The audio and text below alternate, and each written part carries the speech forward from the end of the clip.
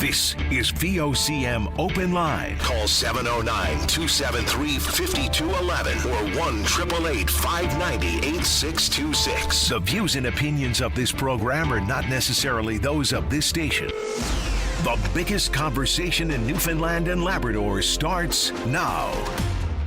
Good morning and welcome to VOCM's Open Line. I am your host, Darren Bent, and I'll be subbing in for the next couple of weeks. And yes, you heard correctly, so don't adjust your dial or yell at your Google or Alexa or phone. I'm Darren Bent, and I'll be hosting Open Line for a couple of weeks. I'm excited, honored, privileged to have this opportunity to connect with all of you, play a small role in this great organization.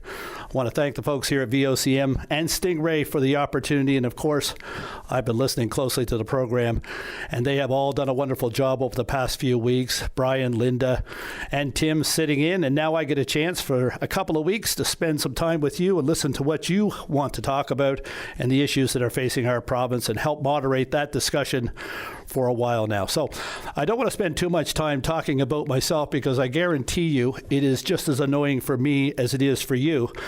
But I do want to bring you up to speed on a couple of things about where I've been and what's been going on. So in 2013, after 25 years of being a broadcast journalist at NTV, I got involved in sports management, and I ran the CBS Soccer Association, and now I'm working with Game Changer Coaching in a management role for their soccer programs. And during that time, as if that wasn't enough, I ran for council in Conception Bay South in 2015 and got elected there as a councillor in Ward 1. And for the past 5 years, I'm proudly the mayor of Conception Bay South. And of course, that's me in a nutshell for the past 25 years or so. But I will say, because, and I've been asked this a few times over the past little while, as a member of council in Conception Bay South, and due to privacy, code of conduct, and privilege, of course, I cannot discuss any private or personal issues that people may have with the town. So if folks could respect that reality, of course, I'd be happy to talk about the broader issues of CBS or any other municipality in the province and go forward that way. But I will say that if you do have an issue with council and the town on any private or personal property or any other issue that is personal to you that needs to be addressed, first off, call them, call the council, or call the town. Or I encourage you, if you feel it's a public nature, give VOCM Newsroom a call, and they would be absolutely happy to help you. So, other than being interviewed, as I said a little bit earlier on, this is my first time in 39 years having an open live forum to discuss any issues. And the last time came at CHMR Mun Radio 39 years ago in the winter of '87. Myself and a friend, we hosted a late night show. And of course, now, this time later, we see that CHMR Mun Radio is in the news because they have funding issues, and of course the future remains a little bit up in the air. But we had great fun then. I hope we're going to have great fun now. So on the other end of it, as I sit here this morning, I just want to say, look, have a little patience with me as I try to figure out which button is which to get you on the air. So if I say you're on the air and you're not, don't be surprised. I've just hit the wrong button. Bear with us. And of course, anyone can steer a ship in calm waters. It takes a seasoned captain to steer through a storm. That captain is Dave Williams. He's in the next booth to me. He's going to be the steering. I'm going to be the ship, and the machinery here, unfortunately, will probably be the storm for me for the first few days. But Dave will get us sorted and get us on the air. I have to practice the numbers, so if you don't know, and I'm sure that you do, it's 273-5211 and 1-800-590-8626. I've been practicing that the weekend. I got it etched in my memory now, so I'm ready to go. And Dave, I'm just looking up on our machine here now just to see if we have anybody on the line. But I just want to touch on a few things this morning off the top, and I don't want to talk too long, so please give us a call and we'll get things going. But I just wanted to note one of the things that I looked up this morning, that in 1861, 165 years ago today, the first battle of the American Civil War took place at Fort Sumner and in Charleston, South Carolina. It was a 2-day battle. Confederates took over the Union fort. But that war, when it started on that day, 165 years ago was believed to last probably a day, 2 days, 5 days, maybe a week, possibly a month at the outside. And of course, right now in the world, we have a war going on that we were told was going to last a day, 2, maybe a week, possibly a month. And here we are a month and a half into it. It's still going on. And of course, it's one of those things where you wonder now, just like in the Civil War back then that lasted for 4 bloody years and claimed hundreds of thousands of lives, if this war will end anytime soon or if it will continue on for years to come. Anyway, we have got some guests coming up through the show this morning. I have a pharmacist coming on to talk about concerns in the retail industry for the pharmacies. We also have the chair of Hospitality Newfoundland and Labrador is going to join us for a bit. And of course, we're going to talk about what they're going to look at for the coming summer. Fuel prices, strife around the world. How does it play for Newfoundland and Labrador hospitality industry? The backbone, it's what we're known for here. And we'll hear from them just to see what their outlook is for the coming year. Now, I don't know how you folks spent your weekend, but I had a couple of interesting things the weekend. I got down to the Jag Sound House on Saturday night, and I saw Greg Smith there as well. And, of course, we were out to see Buddy What's-His-Name and the other fellas, and what an incredible performance the boys put off. They did 4 shows. It was kind of a little comeback tour. They hadn't been on the road in a long time. They had done a couple of one-offs here and there. But anyway, they did a fantastic show. If you got out to see that, you want to have your thoughts, please give us a call or anything else that might be on your mind. Now, Dave, do I have a caller on the line there now? And I think I do. I'm going to try to connect, and here we go.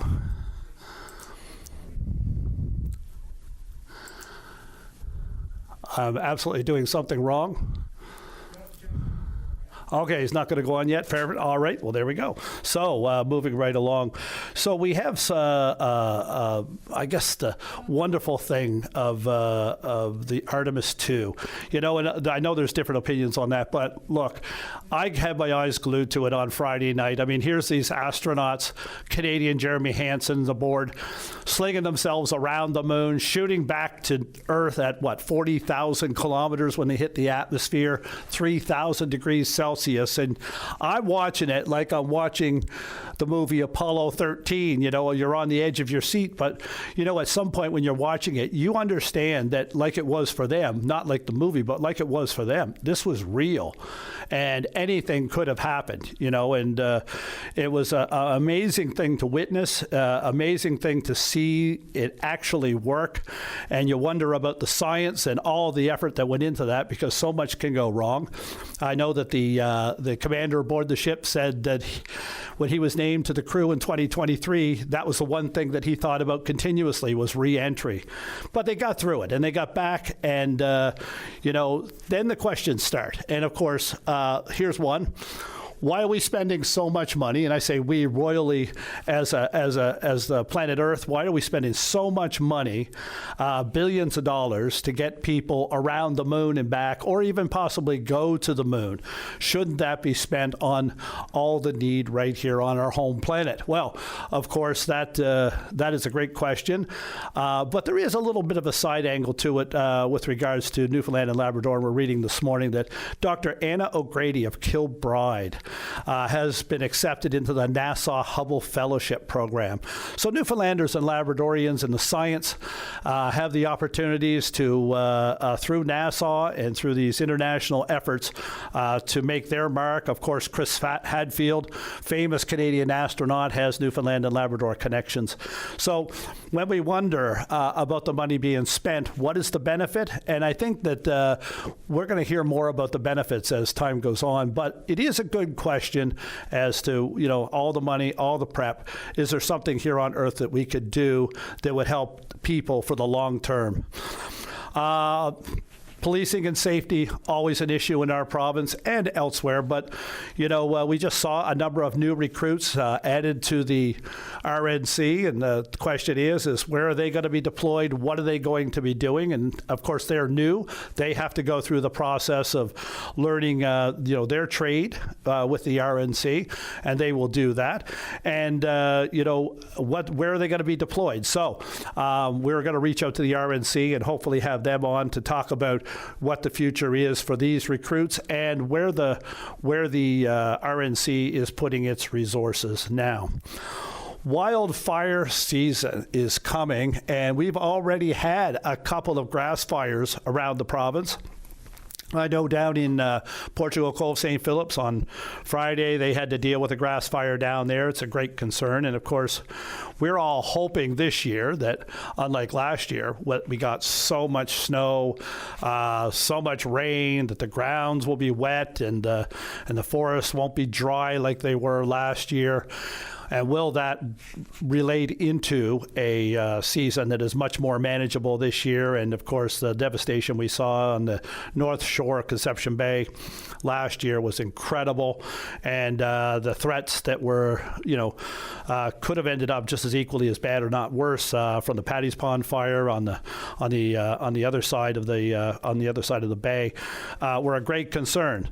And now we're hearing from people that we have to temper our expectations of what the rain and the snow this winter means for us, because the suggestion is that it will mean that for the early fires, for the spring fires and so forth, that the ground will be wet and they will not be as great a concern as they would have been, say, last year. However, if the things dry out, it gets warm and we don't get the precipitation to continue throughout the spring and into the summer, that things can dry out real quick, and that can become a great concern as well.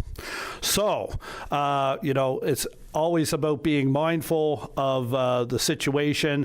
One of the things that they're saying is that, and this is a Atlantic forestry official saying that most of the fires are caused by us humans. They're not natural phenomena. And, they're things that we have to manage ourselves through education, through awareness and so forth, but we also have to use our due diligence. We can't just assume that the place won't burn down if we do something that's we're not being mindful out there. So that's possible as well. The other thing that we're hearing about is the fishery, and of course the food fishery is up again, and we're heading into the summer season, and people would love to see a better scenario for Newfoundlanders and Labradorians to be able to access their fish. So, for months, a few months before the cod closure, and it's come up a couple of times in recent days about the history of 1992 and what it's meant for the province since then. It was in early April of 1992, a few months before the closure, that the FFAW led a protest at sea out to the Grand Banks aboard a number of ships to protest overfishing on the Grand Banks. So here we are 34 years later, closure the whole time.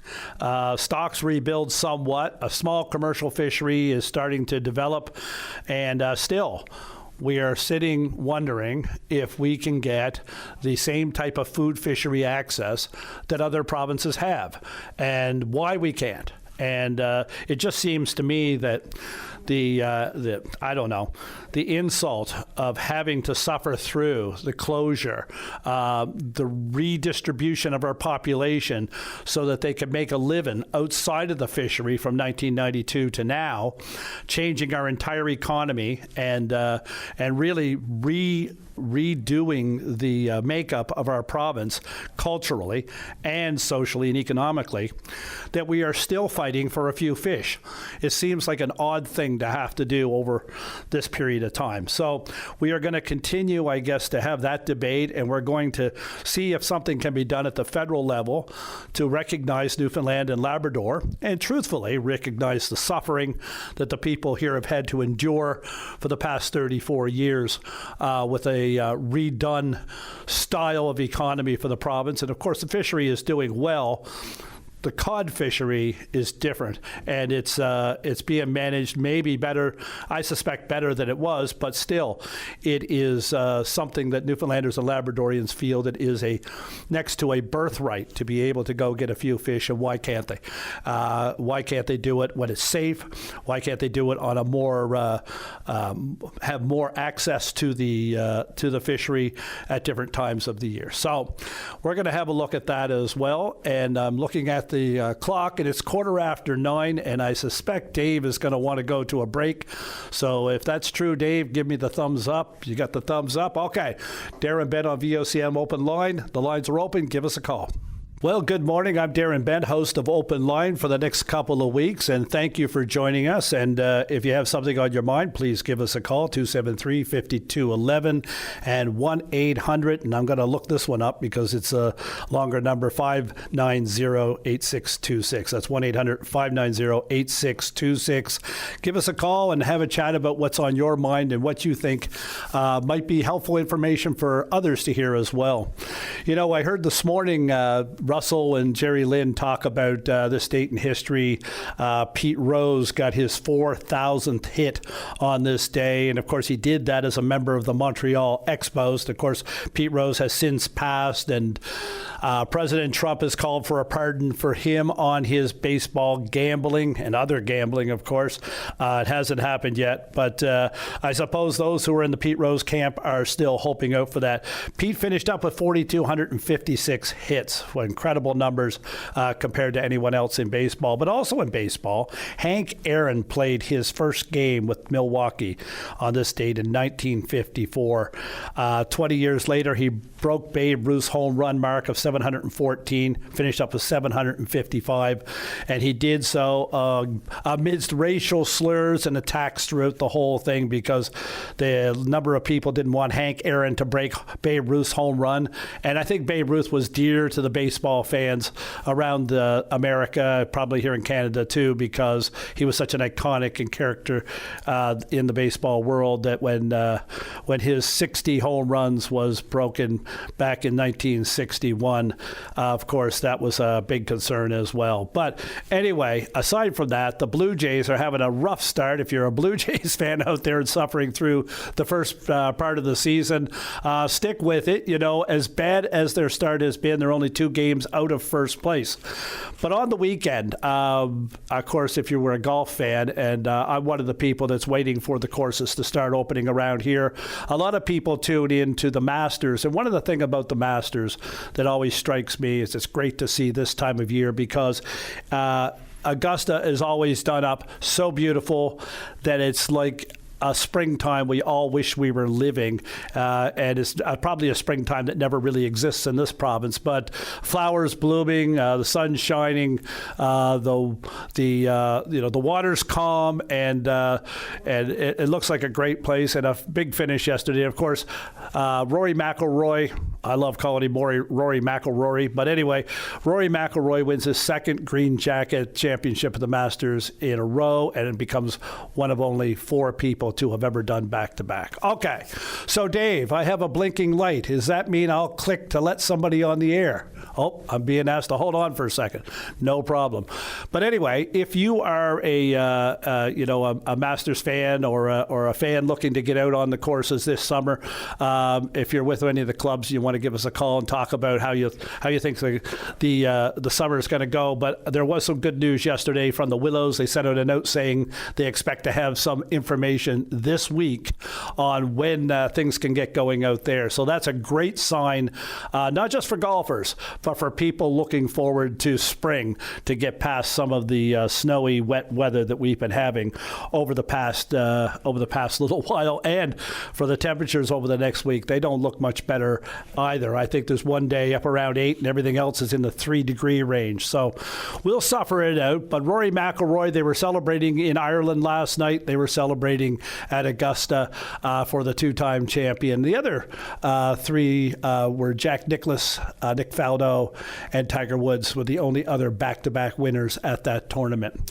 And I spent a couple hours last night just watching that because, and even if you're not a golf fan, if you're watching it, it's when you got 4 or 5 people within a shot of each other coming down to a championship like that, you always got to tune in. I always tell people that if you draw 2 lines on a piece of cardboard and put 2 snails on one side, I'll tune in back and forth just to see which snail gets to the other side first. All right, so Dave tells me that line 4 is good to go, and I'm going to try to get that up there now, and I'll grab the right mouse. That would help. And I see that we have Daryl. And Daryl, you're on open line. Good morning. How are you doing today? Good morning, and thanks for having me on your show there. I think this is your first time doing the host. It absolutely is. It could tell, I guess. Hey, Daryl. Well, boy, I tell you now, you got the good voice for it, so there you go. What can I do you for this morning? Well, I'm calling about just there recently, under a week ago, my wife had surgery at the James Paint Memorial Hospital. That was Wednesday, April 8th. And I want to send out a good thank you to all the professionals involved. What tremendous service. It was unbelievable. And I want to send out a thank you for their professionalism, their compassion, their empathy is just totally unbelievable. And I want to send it to the nurses. A day surgery on September 8th, Wednesday. People were involved was Lorraine, Jennifer, Faith, Tina, and I like to the operating room nurse. I know there's more involved, so I want to thank all of them. But one that called me and kept me updated was Nancy. And I want to give a commending professionalism to also the doctors, Dr. Fly, Dr. Abdullah, anesthesiologist. And as a matter of fact, when my wife came back from the recovery room, the 2 doctors came in and checked on her, the 2 of them, and very good bedside manners, very polite, very professional. And the nurses, I recall that day, he had 18 surgeries that day in day surgery, and I think it was just 4 of them on, and yet they're there constantly checking, and it was just total excellent. I go above and beyond service what I witnessed, and I'm going to tell you that day he had 18 surgeries. They were busy, but yet he still made time to do their job, and I give kudos to all of them. A big thank you to everybody involved. Daryl, sorry, and also I can't leave out family and friends as well, like phone calls and visits, and the list goes on. Daryl, the people working in the healthcare system in our province are incredible people. They do yeoman service, and of course, they are working like with you and your wife especially in a time of great need and probably in great concern. And when you get that kind of reception and care and attention from the professionals that we have in our healthcare system in this province, it takes a lot of the burden off, I'm sure, and it gives you great comfort in where you are and who you're dealing with. It must have made it that much easier going through the process in the healthcare. Oh, yes, and I'm not sure if I mentioned, but it's James Paint Memorial Hospital here in Gander. Yeah, absolutely. I left that part of it out. And as a matter of fact, even before she was being released, the nurses came up to me and said, don't you worry, we'll bring her down. You go and get your vehicle and bring it up to the main entrance. And then so happened, my wife's niece was there, Sheila, and she was totally good, supportive as well, going through the whole process and everything. And so when I went to pick her up, her niece Sheila was there and brought her down and so forth. So so I got to commend family and friends as well. But I hope if I'm leaving out anybody, I want to commend everybody that was involved with this process. A very good thank you, and keep up the awesome work.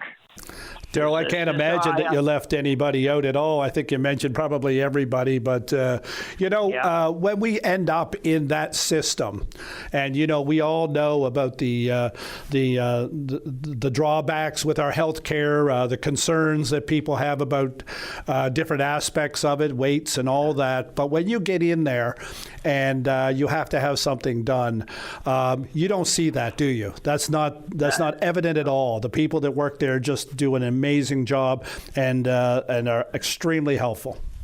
Yeah, and as a matter of fact, I like to allude to my wife's niece, Sheila, as well. Well, she's a nurse by trade, but she was on her days off, and she came in that day as well on her day off, and she was there for good support as well, and keep me updated on things, and as a matter of fact, before my wife came out of surgery, they even called me and let me know that she was in recovery, even though I was there, but they had my phone number, and she'll be out at a certain time, whatever. So I can't speak to, it was just tremendous service, and and I had to express this because, like I said, we hear so much negativism, that what I witnessed that day, it was total above and beyond. That's the only way I could sum all that up. Yeah, Daryl, and my personal experience, once you're inside the system, the people that you're dealing with there are just first class. They go above and beyond, and it takes a lot of the worry out of the situation, and it's great to hear that you had that kind of experience there at your hospital in Gander. I know, sometimes you hear that the system isn't as good as it should be in some areas of the province, but that sounds like a fantastic experience for you at a difficult time, of course, and we wish your wife all the best in her recovery, and all of you great future afterwards. And it's nice to hear that someone is coming out of the system and has that kind of thing to say about the nurses and the doctors and all the staff at one of our hospitals, a place that we depend on when we are in the throes of a terrible situation and facing a lot of anxiety and worry. Yeah, no, exactly. And like you said, like most times when you hear people talking or whatever, you hear all the negative, that we're not hearing all the good aspects. And in my opinion, is more good and bad. But like I said, that's my opinion and my experience with it all. And so we got to start giving credit where credit's due. Absolutely, Daryl. Absolutely. Yeah, and I seen that day, there was just 4 of them on there in the day surgery part of it. They had 18 surgeries, different things. And, man, they were steady go, but yet that they had, they made time for everybody, and the professionalism was just unreal. So I got to give credit where credit's due. And I wish them all the best, and keep up the great work and keep steady flow in what you're doing, because you're doing great work. Daryl, thank you very much for calling in this morning with that. Dave has given me the high sign that we got to go to break, but thank you very much. Right. Take care, and all the best to you and your wife. Yeah, and all the best to you and staff at VOCM and your listening audience, and I wish you all the best in the host chair there, and I could tell you're going to do a great job like the other hosts has been doing as well. All right. Thank you, Daryl. Take care. Thank you, and have a great finish to your day. Okay, Dave, we're going to break. And I believe that means we are back, and we do have someone on the line here now, and I'm just going to see if I can get it to work. And Janet McNaughton, you are on line 2. Welcome to Open Line this morning, Janet. Okay, and I'm an intimate partner violence activist with a group called Act Now. We're just a volunteer committee, and we're trying to change the situation in Newfoundland and Labrador. So I really wish I wasn't calling you today, but I want to talk about what happened in Grand Falls, Windsor last week. because these crimes don't come out of the blue. Nobody wakes up one morning and decides, with no reason at all, they're going to try to kill their intimate partner. But what happens in other places and doesn't happen here is that you can take a coordinated approach to the high-risk situations, and that has been proven. We got like 25 years of research and practice now in different places. You can actually avert a lot of the damage if you take a coordinated approach. So New Brunswick has this excellent program. They piloted it in Fredericton and Edmundston for 18 months, and then they took it province-wide. And they identify the high-risk situations. And I'm saying situations here because a woman can be in an escalating and very bad situation for years, but we know that there are triggers. There are moments when violence is likely to occur. When she leaves her partner, when she files for divorce, if he gets out of prison, if she gets a new partner. These are known times of high risk, and the list is longer than that. So in New Brunswick, they have a coordinated response where, and only with the woman's participation, if she doesn't want this to happen, it doesn't happen. But they do 2 different risk assessments, and risk assessment tools can actually predict the level of danger that a woman is in. Once you know that, there are safety plans that can be put in place. Prince Edward Island hasn't had an intimate partner violence homicide since 2015.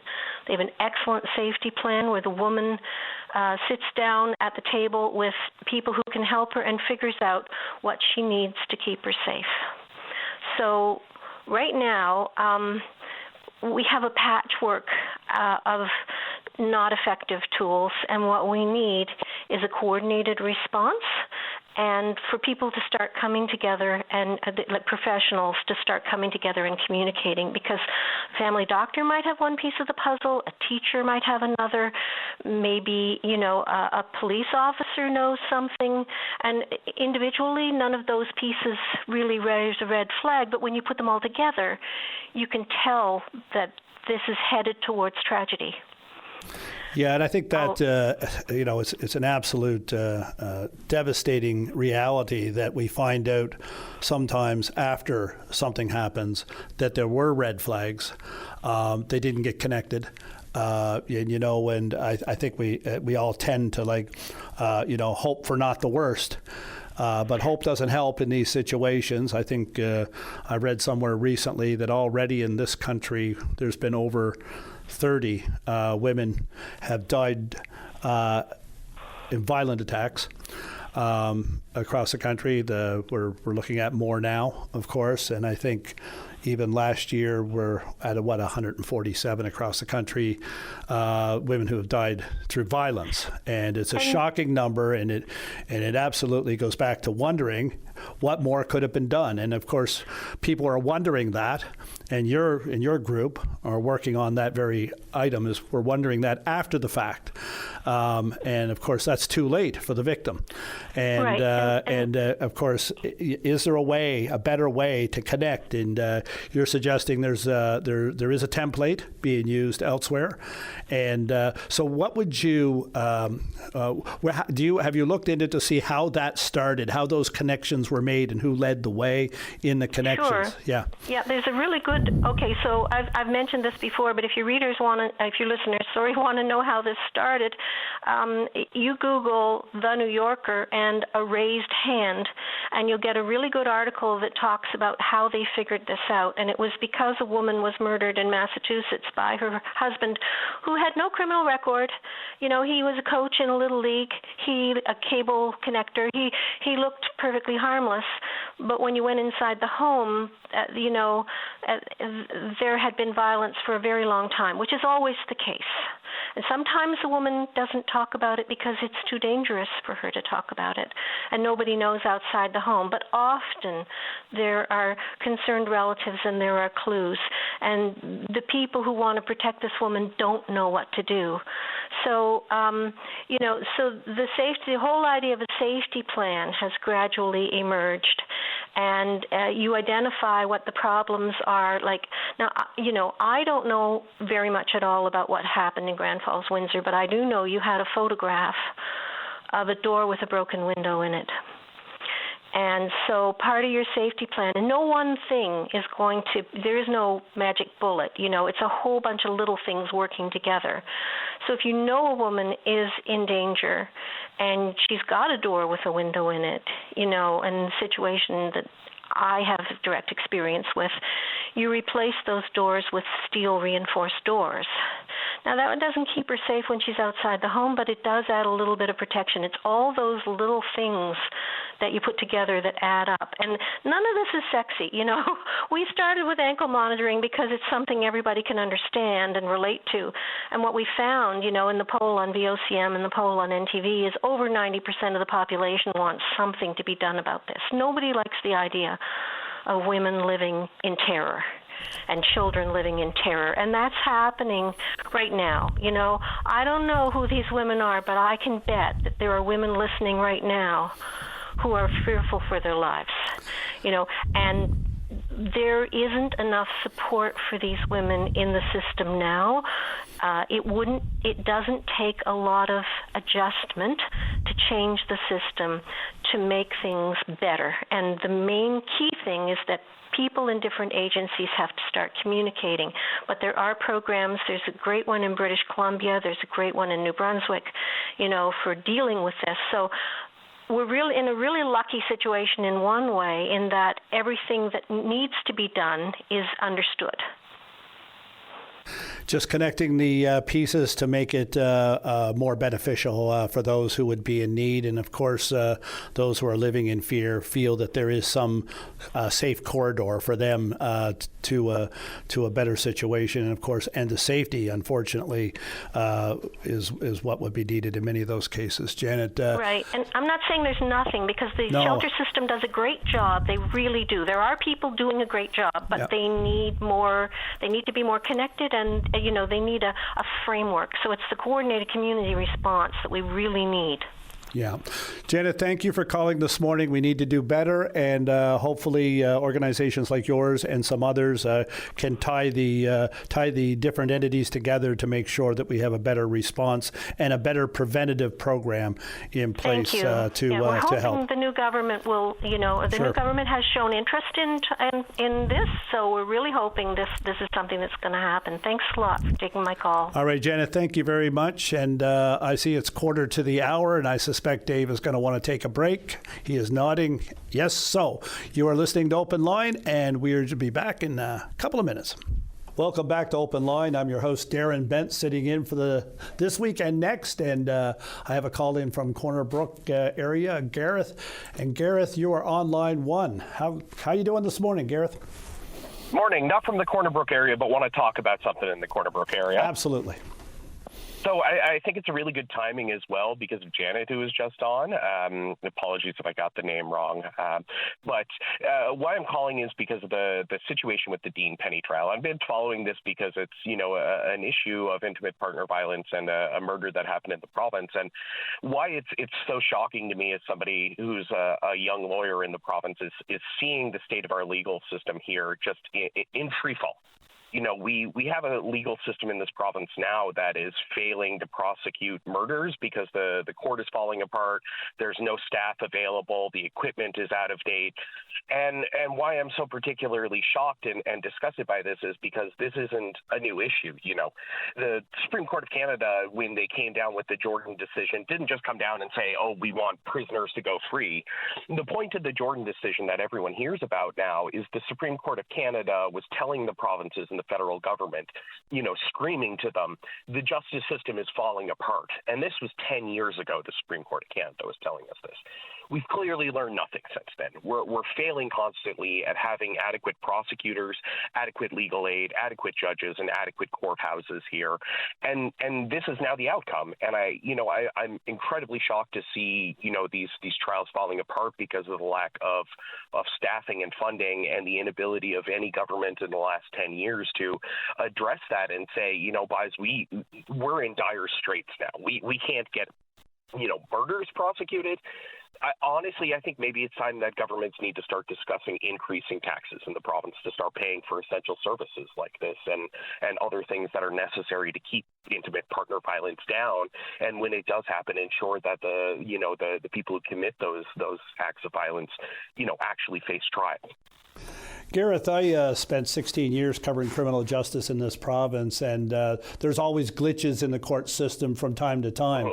I got to say, though, this seems to go beyond the basic of, we're having some audio trouble, or, geez, we didn't get the staffing right just there for the beginning of this or that. It does seem to indicate that there was maybe not the care and diligence placed before you get to a trial like this to ensure that all these things are covered off. But you're suggesting that it's deeper than that this is a system that actually doesn't have the wherewithal. It has the wherewithal maybe, but does not have the direction and wherewithal to make sure that these things go off smoothly. And I think in remembering all of this, it's not the trial itself is about Dean Penny and what he's been accused of, but there are victims in this trial that are watching this unfold. It must be horrifying for them as well. For sure, yeah, and I think that's the biggest point that I want to get across is that I don't think that this is a one-time off or a technical failure or an issue. Again, that's why I think Jordan from 2016 is so important, because the Supreme Court of Canada said to everybody in Canada, said to the federal government, said to the provinces, get your act together. The justice system is falling apart. We cannot prosecute offenses within 18 or 30 months. Is a huge problem for the people who are accused, for the victims, for the entire faith that everyone has in the justice system. And again, I don't think these are small one-off technical issues. We're hearing staffing problems throughout the province. The small claims court in St. John's is still closed. Regulatory offenses are not moving forward. And now murder trials are failing. Jordan was a decision that set it up that said, we are failing the victims and the accused of summary offenses because we cannot get them to trial within 18 months.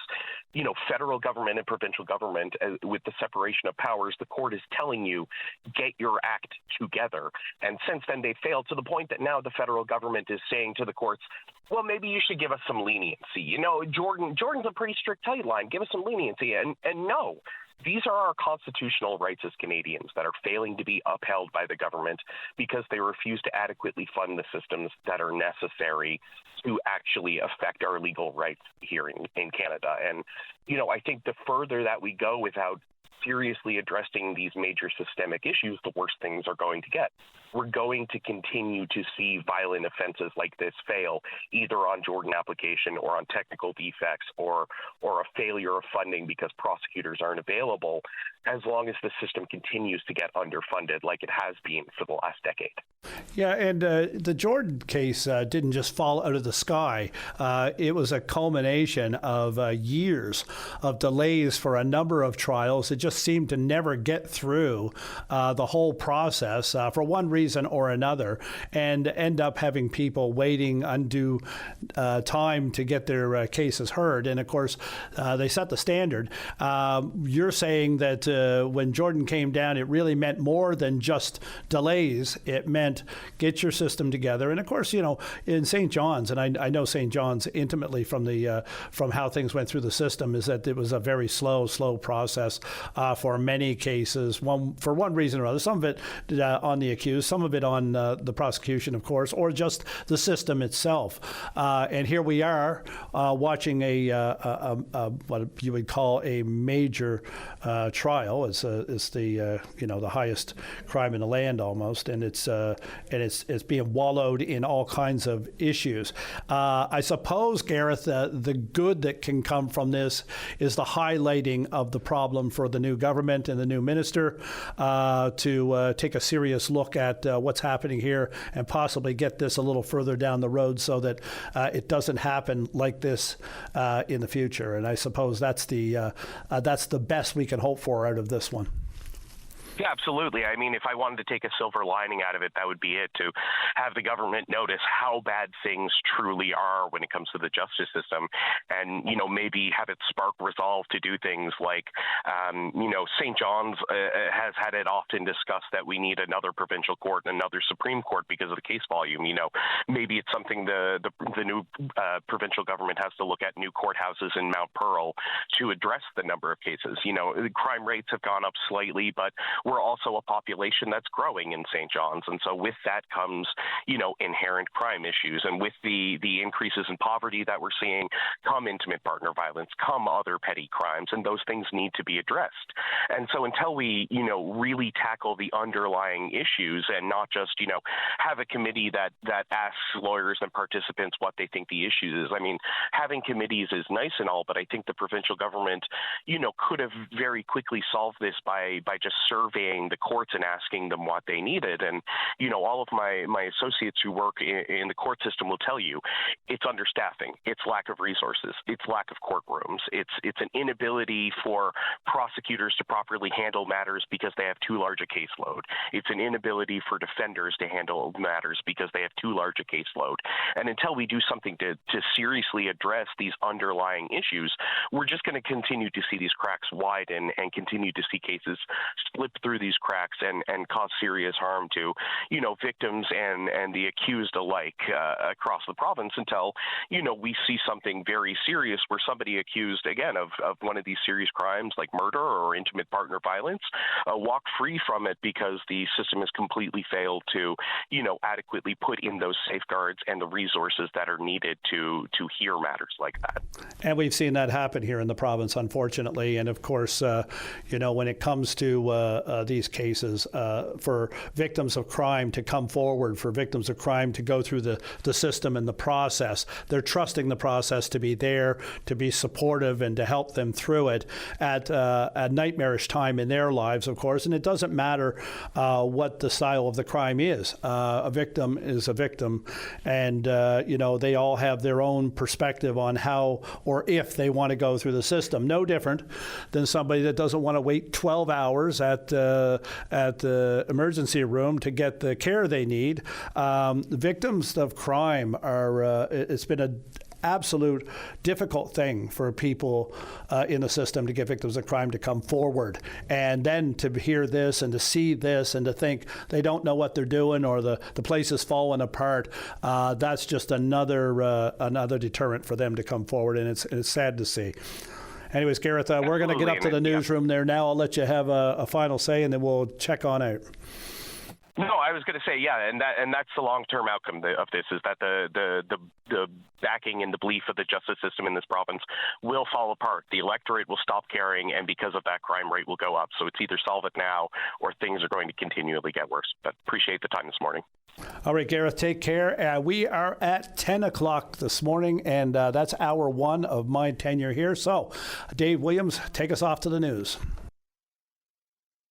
Well, good morning. I'm Darren Bent, hosting Open Line this week and next. And this is a big day for politics in our country. And of course, it's almost like general election day in a way, because the Carney government is looking to secure a majority government to answer the question of whether they could get there or not. That's been going on ever since they've been elected. But today there's 3 by-elections, 2 in Ontario, the Toronto region, and 1 in Quebec. And of course, the Liberals are very confident that their strongholds in the Toronto area, they will hold on to those 2 seats, giving them that majority, which would give them majority with the Speaker and a full majority that would keep them in power for the next 3 years, supposedly.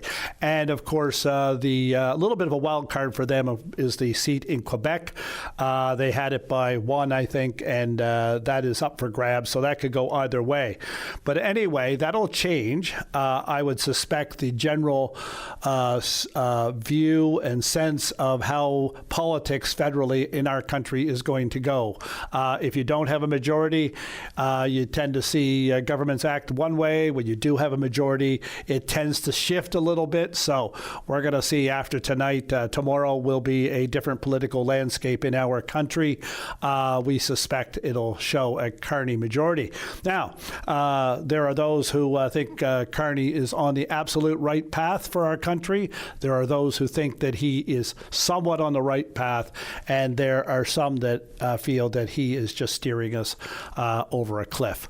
And I'm willing to talk about any of that coming up. But first, I have, continuing with the concerns we've heard from the allied health professionals this past week about the shortage of pharmacists in our hospitals.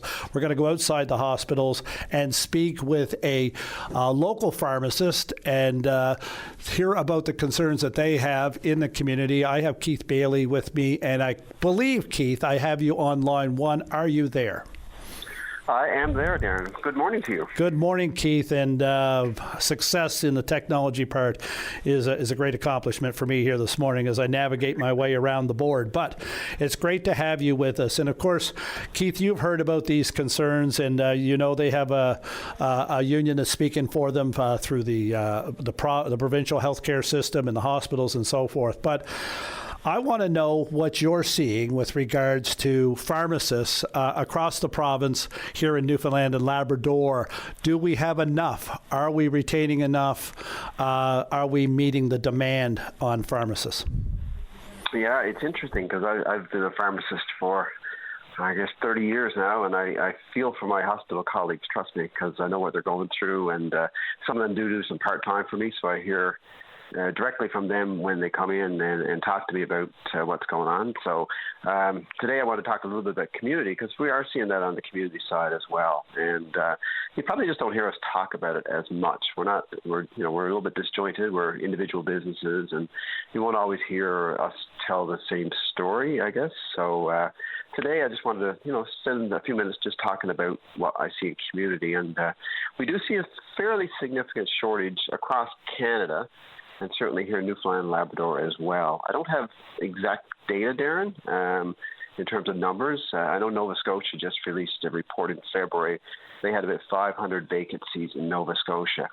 So if you translate that to Newfoundland, we're probably well north of 100 overall vacancies, and it's kind of between hospital and community pharmacies. So it is significant. We're talking probably in the range of 10 to 20% vacancy rates across the island. If you're going into your pharmacy, and we know that people in the province are getting used to depending more on their pharmacists for different things, vaccines, and even some advice for the over-the-counter things, and you can refill now in some scenarios for in the absence of a doctor for people that don't have doctors. But when you go into your pharmacy, it seems to me like you're all well staffed, but that is not the reality of it. How does that translate, I guess, for actual pharmacists? How are they finding their way through being in a scenario of shortages? And is this an urban-rural divide, Keith? Are we seeing it worse in rural areas than we are in urban areas? Yeah, I would say definitely across rural areas.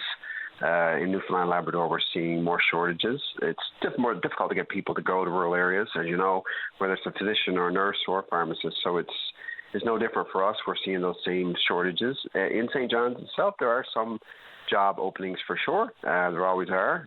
But certainly when I look at postings that are up, and anecdotally from my friends who are in rural area, it's fairly significant there. I see central Newfoundland especially as a bit of a hotbed for shortages. So you're right on the demand side. We've seen, pharmacists taking on greater roles in the community, especially with the physician shortage we see. So we do things like vaccines now, and common ailment prescribing and birth control prescribing, and I've got 2 travel consults today, and these things kind of are added to our volume. So we quite enjoy them, and we love doing them, and we love helping patients, but it does create more pressure on the system. So that's led to, I would say, a little bit more burnout and some people leaving the workforce early, or certainly reducing the number of hours they work, and that puts more pressure on the system. There's probably only about 700, 750 pharmacists in Newfoundland. So when you talk about 120 vacancies, that's a lot, right? So there's a significant gap there across the island. So we have a school here, Keith, right? We have a pharmacy school here that pumps out about 40 new pharmacists every year.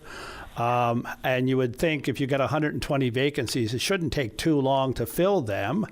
What's the disconnect between the 40 graduates and the system? 40 graduates, you're right. So that's been the number for the last number of years. They are actually increasing to 48, but that'll be 3 or 4 years before that group comes through. We don't retain a lot of pharmacists. I would say of the 40 that graduated, probably half leave the province, either for better opportunities or they're actually from other jurisdictions. So on the 40, we probably retain 20.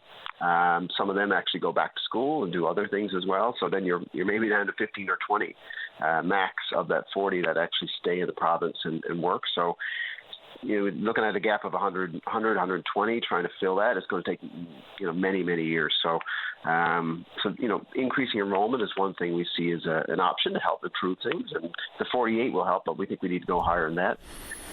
We also think we look internationally as well. I know in Nova Scotia, where there are a lot of shortages as well, they looked at some very interesting ways of recruiting people. They have a program now to bring Jordanian-trained pharmacists into Nova Scotia with a bit of a fast-track program. So they actually brought 19 over in February, and they're looking to do another round soon. They also have an open reciprocity with English-speaking countries from like New Zealand and the UK, that pharmacists from there can easily come into Nova Scotia and not have to do some of the extreme requirements around licensing exams and things like that. So there's some novel things going on out there to try to help recruit more people.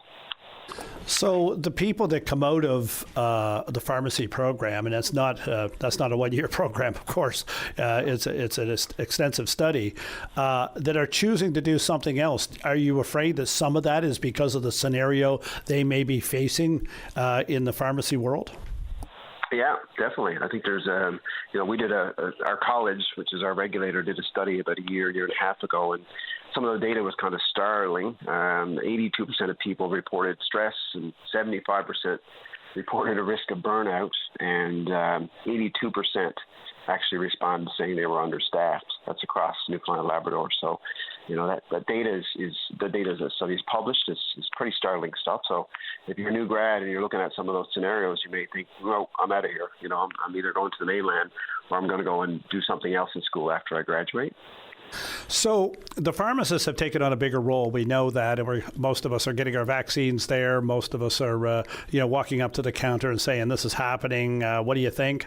That's happening. We're getting prescriptions filled and so forth. But from your view, are pharmacists given the scope of authority to do things that they should be given? Can they do more? Can they relieve pressures on other parts of the healthcare system, whether it's the lack of GPs for everyone that needs them, whether it's the long waits in emergency and other things? Can pharmacists be a bigger link in that whole process to help people through the healthcare system? Yeah, it's interesting because we're seeing that in other provinces. We're seeing it here as well. I mean, we can prescribe. When I graduated, there was no such thing as pharmacists doing vaccines or minor ailment prescribing or medication reviews or things like that. So it has come a long way in the last 10 years. But we see more opportunity for us to take on even further minor ailment prescribing or common ailments that patients may have. In Nova Scotia, there's pilots around pharmacists doing strep testing as well to take pressure off the emergency rooms, and actually being able to prescribe as well for blood pressure medications and for COPD therapy and those things. So we're seeing trends across the country that we need to catch up on. So we've certainly asked the government to take a good look at it in terms of covering more minor ailments that we can prescribe and taking on other areas as well that can help take some pressure off the system. It's kind of interesting, Darren. I just want to throw in that, we're living in a bit of a shortage, but pharmacists always report back if they work to full scope, they actually have better job satisfaction, so they tend to want to stay in the profession more. So it's kind of a chicken and egg scenario. You get more scope, and then that makes people happier, and then they tend to stay in the profession longer, and as a result of that improves the numbers as well. So it's not polar opposites. It's actually a good thing. Keith, I appreciate your time this morning. Best of luck with it, and hopefully your discussions with the government will be heard, and that more can be done to expand the scope of pharmacists in the province, because, we see our pharmacists more often than we see our doctor, I can tell you that. So the more they can do, the better it will be for everyone in the system. Keith, thank you for your time this morning. Thank you. Good luck with Open Line, sir. All right, appreciate it. And we're going to go to break now, long overdue, and we'll come back with Mike Torreville at O'Donnell High School. We're on Open Line. Dave, take it away. Well, good morning and welcome back to Open Line. I'm your host, Darren Bent, and joining me now from O'Donnell High School in Mount Pearl is Mike Torreville. And Mike, you are on Open Line. Welcome. How are you doing this morning? I'm doing great, Darren. Nice to be on your show. I'm here now getting ready to bring in a bunch of 32 kids for my Newfoundland Studies class, and I have a little treat for them this morning. I have a dress there that was given to me a little while ago, and it was made in 1894. Can you imagine? That's like 130 odd years old, and it's part of our culture, unique culture, I guess, and that's kind of what I'm calling for this morning. Now, we are putting off at O'Donnell on April the 23rd, a week from this Thursday. We are putting off our second annual multicultural night. Last year we put it off and we had a great success with it. We told the number of cultures that we have within O'Donnell, new Canadians and people that have been there for a number of years, and we started to celebrate their cultures, and starting with our own. And last year we had 29 different cultures represented in O'Donnell, and we had displays set up, we had music, we had dance, we had food, lots and lots of food, and it was a great community undertaking. And this year we're going with our second one, and this year we've included St. Peter's Junior High are coming over with us as well. That's one of our feeder schools, and they're coming over and they're going to be a part of our multicultural night. And it's just a great time to express the different cultures that are within our community and to basically educate people on those cultures. So, Mike, open to the public, I'm sure. Just tell me a little bit about what people can expect when they go in through the door.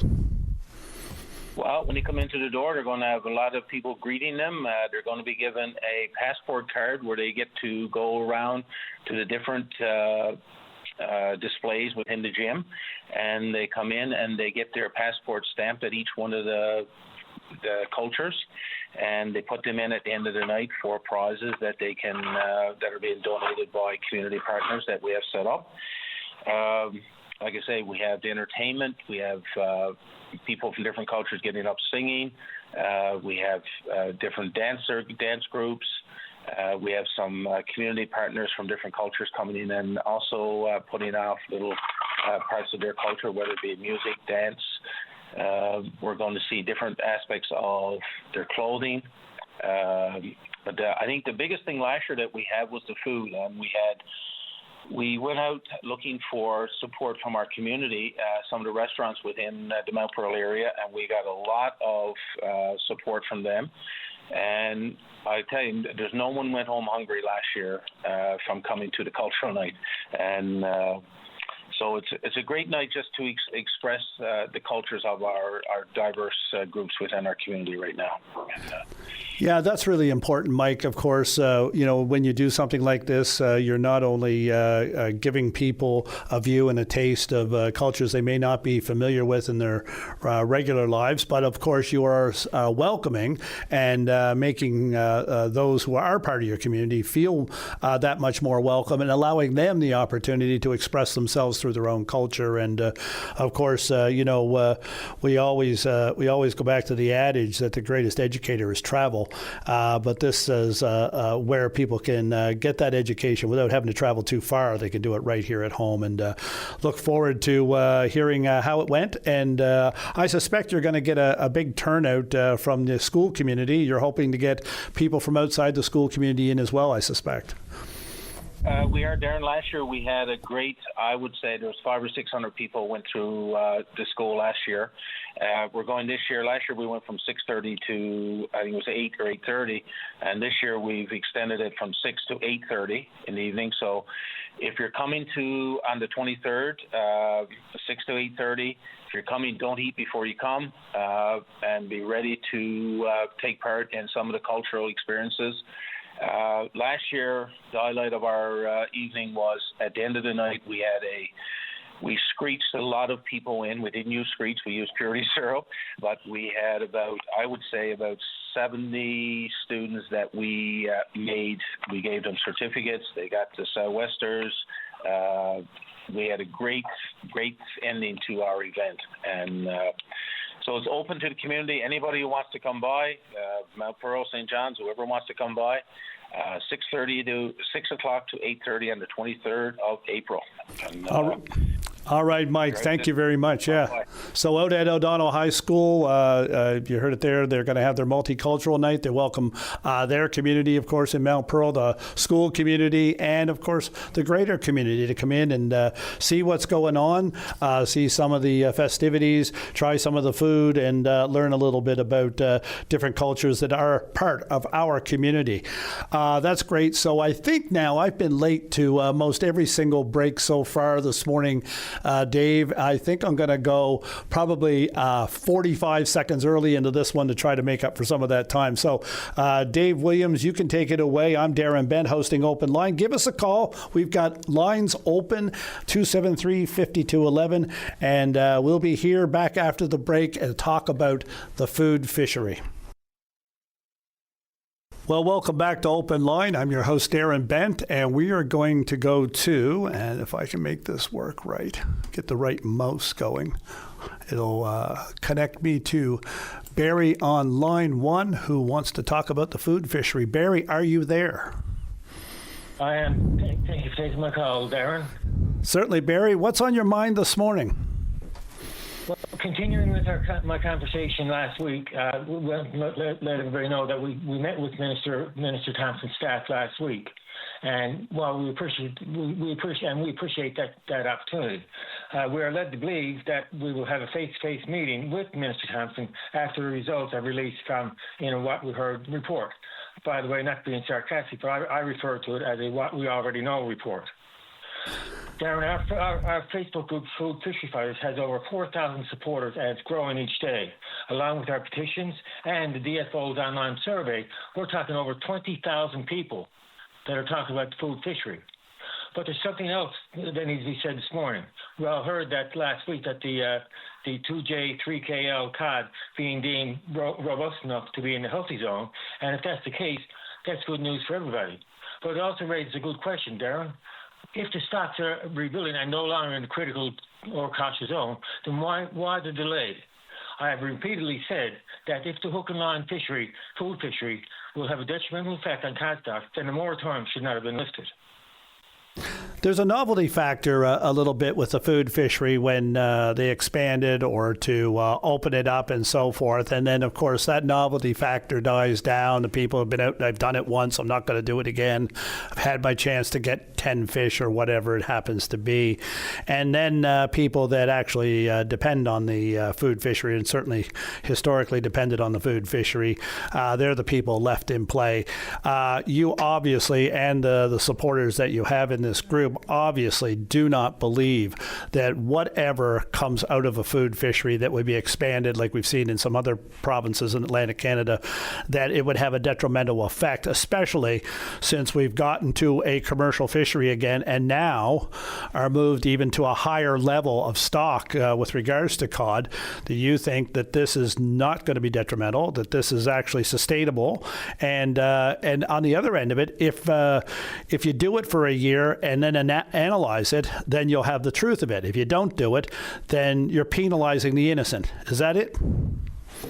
Yes, well, there's no reason not to do it. Right, given the state of the cod, yeah. Because, and that's why I'm here this morning to talk to you. I'm calling on the minister to use her ministerial discretion, and I ask that the minister immediately restore the food fishery to something closer to its traditional framework. This is about our right to traditional food, our right to our cultural practices, our right to food security, our right to safety, and our right to fairness within the Canadian family. Give us a food fishery from Canada Day to Thanksgiving Day. Give us our 10 fish a day. Keep us safe, keep us fed, and let us keep our culture. Our culture is very important. Yeah, and Barry, I think that you believe that that people that would take part in the food fishery, given the expanded time frame that you're calling for, would make be allowed to make decisions on what they do and how they do it in a much more safer way, in a much more planned way, and of course a much more sustainable way for those who would look to have their fish in the freezer for the wintertime. Darren, absolutely, and very well said. We're not saying that people have to go out 7 days a week, catch 10 fish a day, because that's impossible because of the weather, the availability of the fish, et cetera, et cetera. But it's very important that we get, especially in these food insecure crises that we're facing today, and I stress the word crisis. And last year, Minister Thompson made an extension by 2 weekends to the food fishery because of the forest fires in Conception Bay North. And that was great. But it goes to show that flexibility exists. And it was pretty well an overnight decision. And it was extended by 2 weekends for everybody, for the whole island, for the whole Newfoundland and Labrador, and not just for CBN. So, the question is, why not act today? Stop leaving us hanging in the wind like soft fish blowing in the wind. Barry, the federal minister has your thoughts and concerns, and has the petitions, and of course has given representation. And now I guess it's a wait and see. Is there a time frame for the food fishery you'd like to see get started if there was a decision that was different than in previous years? Yes, we'd like to see it open daily from Canada Day weekend to Thanksgiving Day weekend. And that allows people to pick and choose the times that they can go out. It also, though, offers people who don't have boats a better opportunity to get out to get some fish. Where it's only on the weekends, people that have boats are under pressure to get their fish themselves and take other people out. And as well now, Darren, let's talk about this silly boat limit issue. I uncovered the boat limit as a policy. It's not a law. The law is each person aboard that boat is allowed to catch 5 fish per person, provided that boat can safely carry that number of people. So you got 5 people on board, and under the assumption that it's a 15 fish limit for 3 or more people in boat, I don't want to take 5 people out because I don't want to split the fish 5 different ways in 15 fish. So I go take myself and 2 other people out, come back and process the fish, and then take the other 2 people out. But what happens if I got to go to work? What happens if the weather changes? They lose the opportunity. Well, Darren, 25 fish is 25 fish, no matter what way you cut it. And by having this, and I don't know why DFO is not coming out and clarifying this issue. It's a very important issue. As well, we'd also like to see DFO make an announcement in form like in the Maritimes. They have a 3 to 5 year management plan, we said. And in that management plan, there is the opening dates and the closing dates are announced at least 2 months ahead of time, and gives everybody time to plan their vacations and everything else. On the weekends, I'm like residents here in Newfoundland and Labrador putting their life on hold to see what the weather's going to be, whereas they'd like to probably go out to the cabin to do something else. And again, if the hook and line fishery is going to be detrimental, then the moratorium should never been lifted. I have no science or proof behind what I'm about to say, Darren, but we compare the overall catch of the food fishery equivalent to 1 bag of fish on a factory freezer trawler. And how many bags of a factory freezer trawler is being taken in a day? How many factory freezer trawlers are out there? And the heights of ignorance, Darren, the heights of ignorance, I call it, is that now the quota has been open for draggers to go out on the Hamilton Banks, which is the spawning grounds of the codfish during spawning season. It does not make sense. Well, how can they talk about science? Where's science do for that? Barry, we've seen in previous years, back when things were getting going again, pushback from the commercial industry over the food fishery, that if there was going to be any fishery at all, it should be commercial fishery to help sustain people that work in the industry and help with the economy of the province. Are you expecting, or have you seen anything like that in recent years, given what we see now is an increased recovery of the northern cod stock? Darren, I don't agree with the minister listening to other groups like the FFAW, like the processors, etc., and having them comment to the minister, and the minister making decisions based on those comments what's good for the food fishers in Newfoundland and Labrador. Barry, thank you for your time this morning. Appreciate it. It's an important subject, and we're all looking forward to seeing what's going to happen yet again this year. Your talk earlier about what's happening in other provinces where they have a 3 or 5 year plan so that everybody knows well in advance what's going to happen for the year based on the science they know about the fishery in the area. And that way people can plan, like you say, vacations and so forth, that they don't feel pressured to get out in what may be less than ideal weather conditions, rushing to it, trying to get other people out in their boat to get the fish in a rushed and what could be possibly a dangerous situation in some cases. Of course, it makes great sense if you're going to do this to do it in a broader way so that people have some surety as to what's going to happen next year, the year after that. So, Barry, I thank you for your thoughts this morning on the food fishery. All the best, and we'll be watching very closely to see if the federal government makes any changes in this. And we would welcome the minister to come on to discuss this issue here on Open Line. Thank you, Barry. Darren, thank you. I'd like to make one last comment, and that is, Darren, that I don't see why the food fishers are being put through this whole process. Why we're left hanging in the wind? Why isn't the minister coming out and saying just announce it, and not announcing it, leaving us hanging in the wind is making us very nervous to thinking, as DFO, is Mr. Thompson creating a system that what they think is good for us. We want to have a say in our future of the food fishery. And I don't mean to shout there. My blood pressure is hitting the ceiling, and the level of frustration is unbelievable as to what the food fishers in Newfoundland and Labrador are being put through. Barry, we don't mind you getting worked up. Maybe you'll get other people worked up too. We'll get some more callers on this subject. Thank you very much. I'm going to let you go this morning now because we are going back to break. Dave, you can take it away. You're listening to Open Line. I'm Darren Bent, and we've got a few lines open, but we're going to come back with the fire chief from Portugal Cove, St. Phillips, to talk about wildfires. Welcome back to Open Line. I'm your host, Darren Bent, and we are getting close to the end of the second hour here this morning. But on the line right now, I have with me, and I believe Tom Hollett, the fire chief down in Portugal Cove, St. Phillips, is with me. Tom, are you there?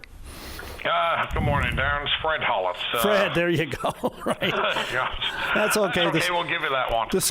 And I should know better because we've been back and forth with each other many times over the years. And, of course, you are probably one of the most experienced in the fire business in this province and have seen, well, you've probably seen too much for sure. Hey, Fred. Well, it's been an interesting career for me up to this point in time, that's for certain. I may not be the greatest or the best, but I've been around for a while, and we've seen a fair bit of fire-related activity, damage, injury, and worse again, of course. But I've been around for a bit. So, Fred, something that we never saw as bad, I don't suspect, in your tenure was wildfire season last year in this part of the province, for sure. A very sobering note coming out of your community that there was a bit of a grass fire already down there that you folks had to deal with, and I know that there was something of the same across the bay. Man, it seems early for things like that. Well, that's an interesting point you make, and I agree. As I commented to someone else only a few days ago, as the winter comes to an end here now, and the snow is melting, and we've seen a significant uptake in people applying within the town of Portugal Cove, St. Phillips anyway, a significant surge in people seeking permits to burn as they clean up around their property. Just in the past number of days, we've issued quite a few permits to burn. And so people are getting out and about, wanting to clean up their property. And there's also a couple of people said, well, it should be better, it should be safer because of the snow cover that we've had this winter. And yeah, to some degree, I would offer that is a factor, that indeed, the moisture level in the ground is higher right now, but I'm not so sure that that's your guarantee that everything is good to go and safe and you won't cause a fire. And of course, we found that out on Friday past, when Friday afternoon, when we had a dispatch to a grass fire, and sure enough, we arrived on the scene. An individual was burning some material in a barrel, and now the barrel did not have a screen on it, as it should have. The wind was up a bit, and some sparks or flankers got out of the barrel and hit the grass. And the homeowner commented, boy, that traveled lots, that moved awful fast. And I said, well, there you go. Now, I've suggested that, and I think that you would probably find that grass had been snow covered only a few days prior to that, but with the weather, the snow had melted. And of course, the dead grass is exposed, and the sun had been shining on it then on Friday for a couple of days, and that's all it took. A spark or a flanker got into that grass, and in virtually no time, it burned an area about 20-25 meters square, and it burned right up to a tree line. We're fortunate in that case that the homeowner and a neighbor got a head start on it prior to our arrival and took a garden hose to it and suppressed it and stopped it. But it goes to show that notwithstanding the thought that, this might be the good time to burn, the fact remains is that it doesn't take very long for dead grass to become very combustible. It's not taking long for the ground to dry out. It was only a few weeks ago the Northeast Avalon Fire Chiefs met with forestry up at the your Emanuels River Interpretation Center, actually, and we had the conversation about what we think as we were discussing our protocols going into the upcoming fire season, provincial fire season, which will kick in on May the 1st. And, the idea that, well, what kind of year are we going to have? And certainly no one wants a repeat of what happened last year, starting in Holyrood to Conception Bay South, of course, and then what went on over in the North Shore of Conception Bay. We just don't want to go there. But, as much as we think we've had a good winter from the perspective of snow cover and moisture in the ground and runoff, it doesn't take long for the forest conditions to change. The forestry people will tell you that very, very quickly, that you get a couple of good days. I've always made the analogy, quoting a good friend of mine who you would know, Richard Murphy, who commonly said it was a great day on a line of clothes. Well, when you put a line of clothes out and it dries really, really fast, that is indicative of the ability of the climate to dry out the forest equally fast. And so even though we think that this has been a good winter from the perspective of creating moisture in the ground, which may limit or slow down combustion, it can dry out really fast. We saw it on Friday, and my counterparts over in Conception Bay North in the Island Cove area saw it as well, from what I understand.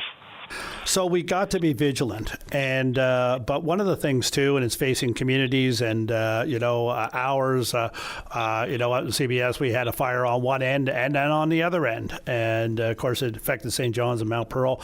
Over on the other side, our friends, a complete devastation. Terrible what can happen so quickly. And so it's a cautious tale too, but the education of people have to be, on guard. They have to be, prepared, I suppose, with the idea that, it may look wet. We may think it's wet, but like you're saying, it doesn't take long for it to dry out. We heard from the Atlantic Forestry Center this past week, that the snow is great for spring fires, doesn't help if everything dries out and we don't get the precipitation when it comes to the warmer months, that everything can dry out very quickly, and then of course we're back into another wildfire season.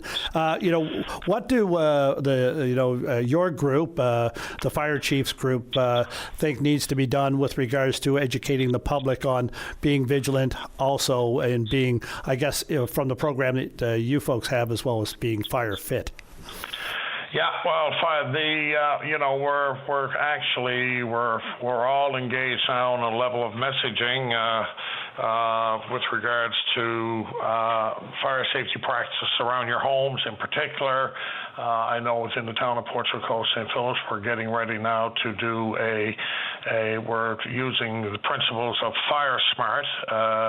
They have a website, firesmart.ca, and we refer people to that on a regular basis. Now go look at it, look at the information, look at the recommended practices for safety around your home, especially for those who live in forested or wooded areas, and we have a lot of that in the town of Portugal Coast St. Phillips. We are actually developing a brochure that we're going to deliver to every single home in the community of Portugal Coast St. Phillips in the month of May, and it talks about safe zones around your house, clearing away brush, cleaning up, et cetera, all to mitigate the possibility of damage to structures in particular. We're also advocating that persons use the website that's available from the province with regards to the fire hazard ratings. Be familiar with that. Understand what the hazard ratings mean, the different colors, the blue, green, yellows, the reds. All that information is there to be read. Where there are permits available, well, once you go into fire season on May the 1st, then for any open air fires, you need a permit from forestry. Most of the municipalities in this area also issue permits, and that means that you need the two permits, one from forestry and one from the town. In the town of Portugal Coast St. Phillips, we have a simple process to apply for an open air permit, and that's done online by going to the town website. But the other thing about permits, is fine to say, I got my permit. People are not necessarily paying attention to the conditions in the permit. And we had a couple of cases last year, and in more recent years, our permit says that the area of the fire should only be 1.5 meters squared, so 1.5 by 1.5 by 1.5 meters high. And that's a reasonable size fire to burn a bit of brush or dead boughs and this type of thing. But when we arrive on the fire scene and we find a fire that they draw a permit, they don't read the conditions, and we arrive at the location and we find a fire that's 8 to 10 meters square and heaped up 7 or 8 feet high, I mean, that is not compliance to a permit.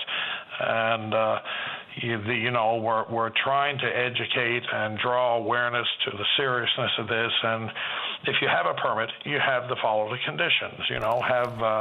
Have a water supply available, limit the size of the fire to what the permit says, 1.5 meters square.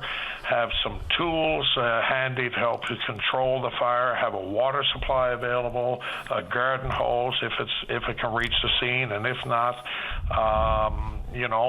4 or 5 buckets of water that will permit you to keep it under control. Be well clear of any forested lands, gravel base ideally, and the wind conditions. That's the very thing that happened on Friday past for us. The fire was contained to a barrel. It didn't have a screen like it should have, but the wind was up, and the wind took the flankers out of that barrel and set the grass on fire really fast. And, we, the fire service, and we, the chiefs, we, the Northeast Avalon chiefs, most specifically thinking about this area, we understand the desire that people have to want to be able to do this, and we are accommodating that through the permits that we provide and as much information as we can put in their hands. But they have to heed the permits. They have to heed the information that's available. And what happened on Friday past is very indicative of how fast this can happen. To quote the homeowner on Friday past for us, boy, that moved awful fast. And it did. It moved really fast, and it didn't take very long for that to burn off an area of, like I say, almost 25 meters square, right up to a tree line. Fred, I got Dave pointing at me that I'm past the news break. Do you mind holding on and coming back for a minute afterwards? I'd like to clue up with you then. I can, yep. Absolutely. Okay, so Dave, you take it away to the news, and we'll be back in a couple of minutes with Fred Hollett. You're listening to a rebroadcast of VOCM Open Line. Have your say by calling 709-273-5211 or 1-888-590-8626 and listen live weekday mornings at 9 a.m. Welcome back to Open Line, and we are in our last hour here this morning on Monday, the first day back after the Easter break. So everybody's getting back into the saddle and the routines again. And on the line with me, we're going to rejoin Fred Hollett. And Fred is talking about the fire season, and we are heading full speed into the fire summer season, starting up on May 1st. All the alerts are out, and all the fire departments are on high alert for what may happen. But we've heading into it full speed because we've already had a couple of small fires around the Avalon.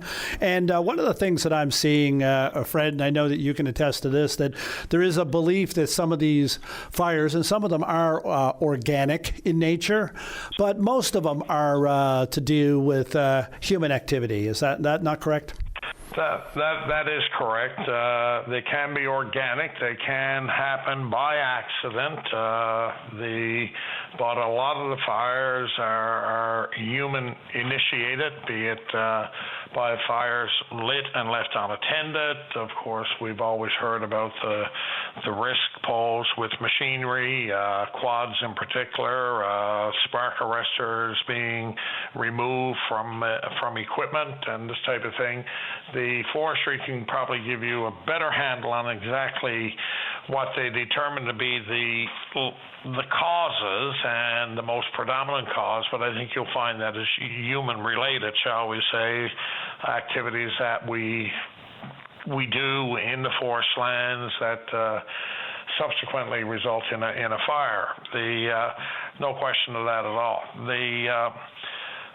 One of the things that I wanted to, as we close out, Darren, and talking about where we are going to be this year with regards to the fire bans and the issuance of fire bans. So last year, of course, the Northeast Avalon Fire Chiefs, we continuously spoke about the activity, and we always try and coordinate our activities, given our adjacency and closeness and sharing common boundary lines, what have you.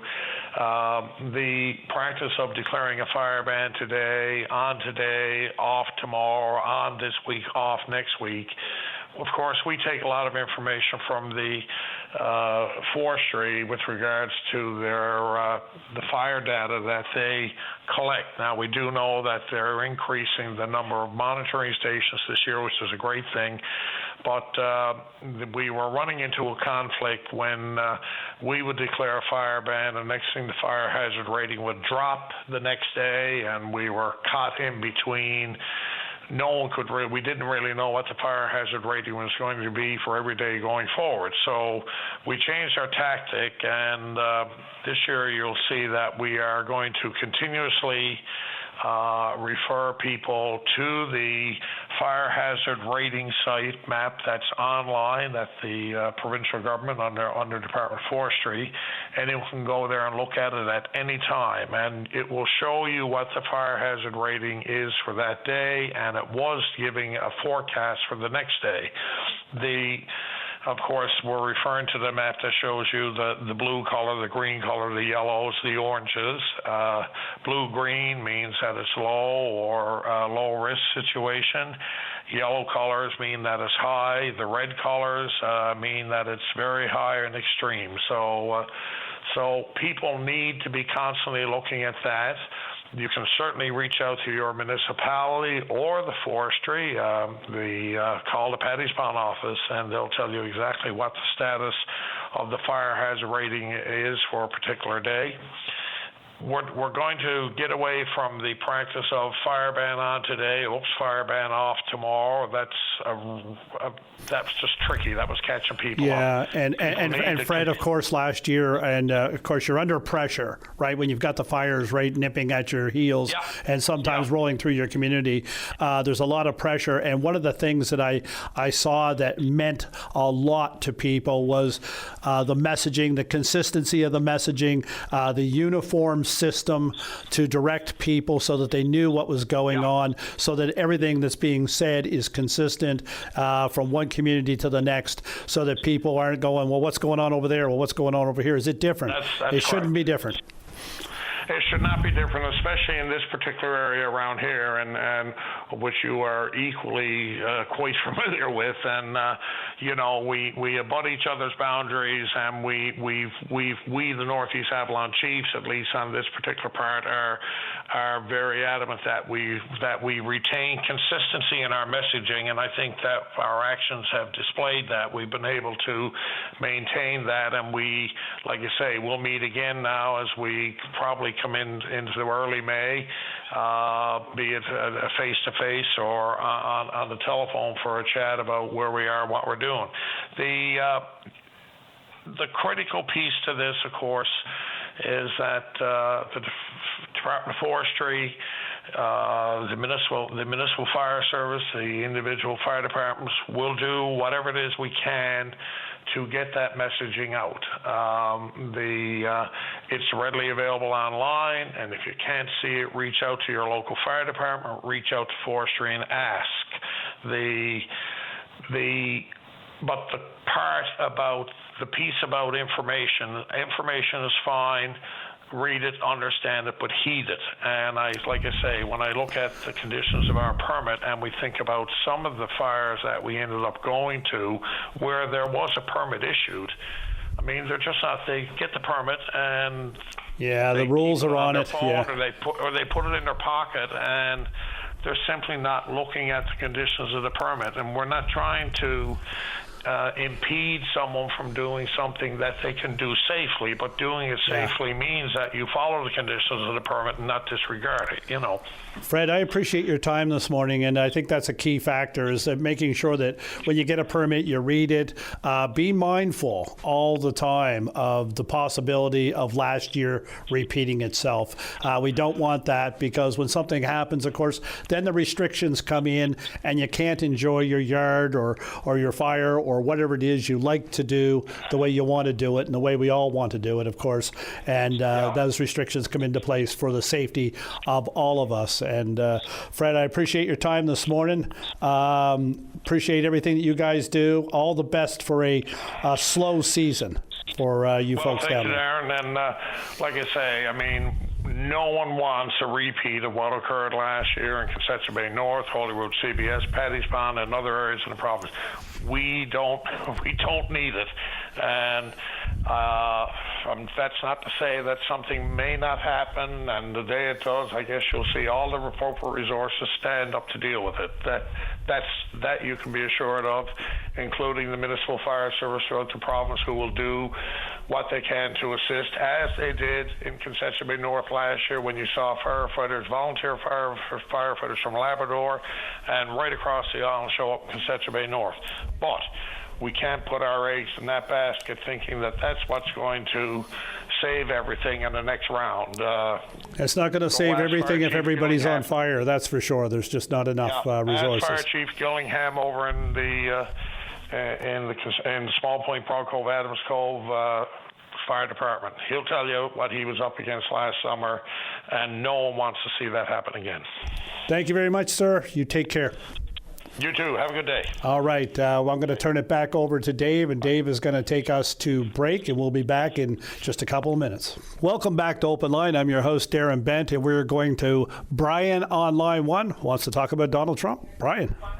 Hello, Donald. How are you? Not bad, boy. Sorry.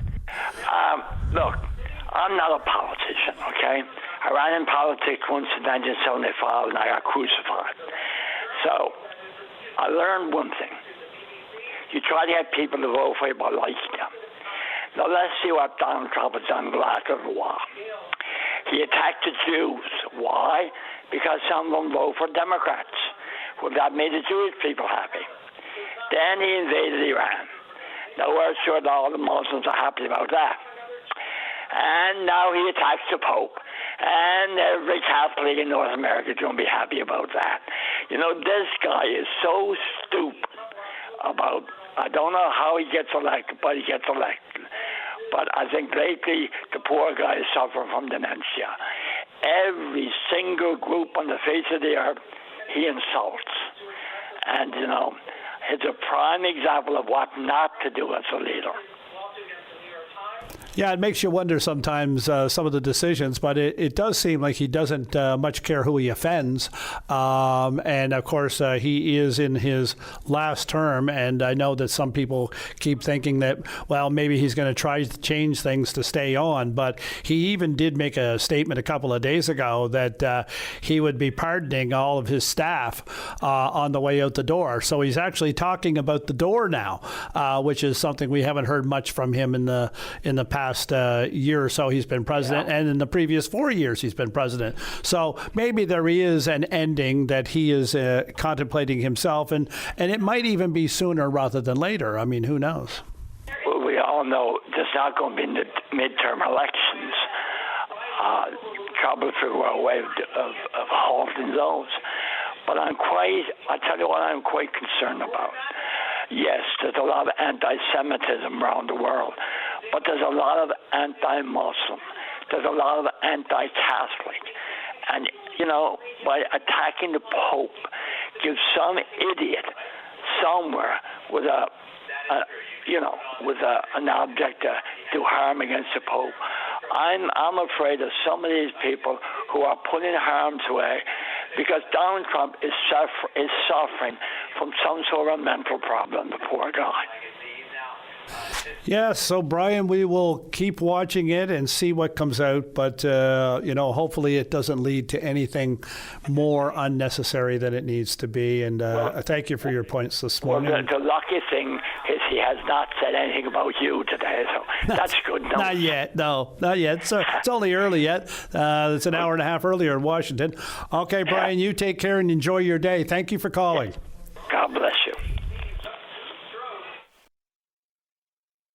Okay, I hit two buttons at once that time, so I am back. But I am back with Mayor Dave Aker of Mount Pearl. And Mayor Aker, I think you're on line 3, and I think it's going to be my line. Are you there? I think that's what people are going to say about what I said. I'm here, Darren. Absolutely fantastic. Can you hear me? I can hear you, Dave, and thank you very much for calling in this morning. And the Easter break is over. Everybody's back doing their routines and so forth. I hope you had a great Easter break, and I know that at this time of the year, municipalities around the province, and particularly those in a little higher elevations, sometimes have to look back over what happened in the winter and lick their wounds and fix up what's broken and so forth. And how did Mount Pearl fare this past winter when it came to the snow clearing and the equipment management and possible breakdowns and salt and all of that?